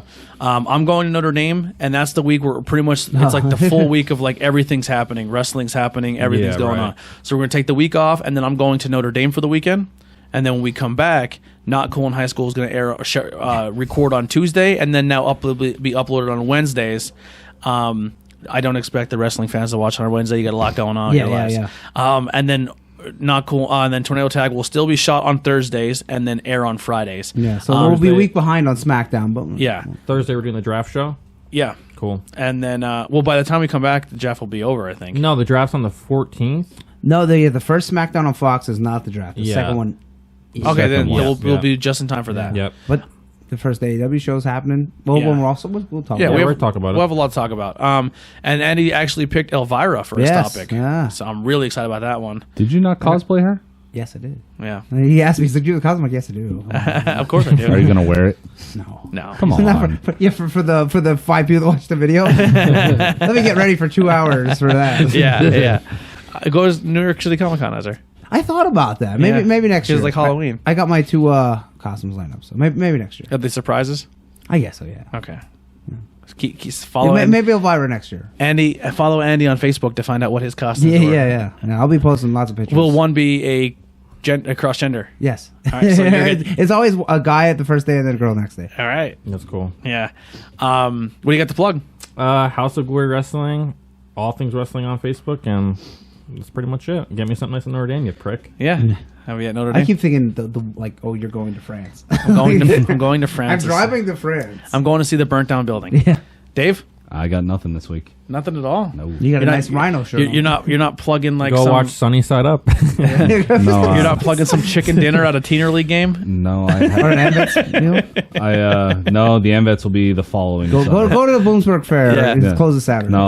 Come to Pottsville. They're serving kielbasa sandwiches. It's for a good cause. You always have these weird. I love it though. It's fun. Hey, it's local community stuff. That's what you're looking Yeah. for. Yeah, But, 100%. It no, just gets me off guard every week. I have a lot going on this week, so I have not really been looking for stuff to plug. No, that's all right. Or you can always check out Outbreak Wrestling that he helps out with. There you go, yeah. Yeah, so go check out Outbreak Wrestling's Facebook page and Instagram. Instagram and everything Twitter. like that. Yeah, there you go.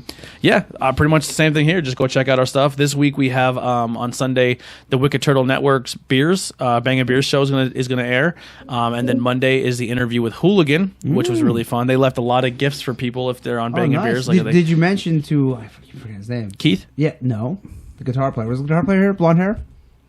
Yes. No. That- No, he wasn't. Oh, that's my mom's boyfriend's son. Okay. Oh, wow. Yeah. Yeah. He was not there. Yeah. Ben? No, oh, man, it's terrible. I always forget his name, and then he says it. He's like, "Oh, so." I was like, Yeah. Forget his name.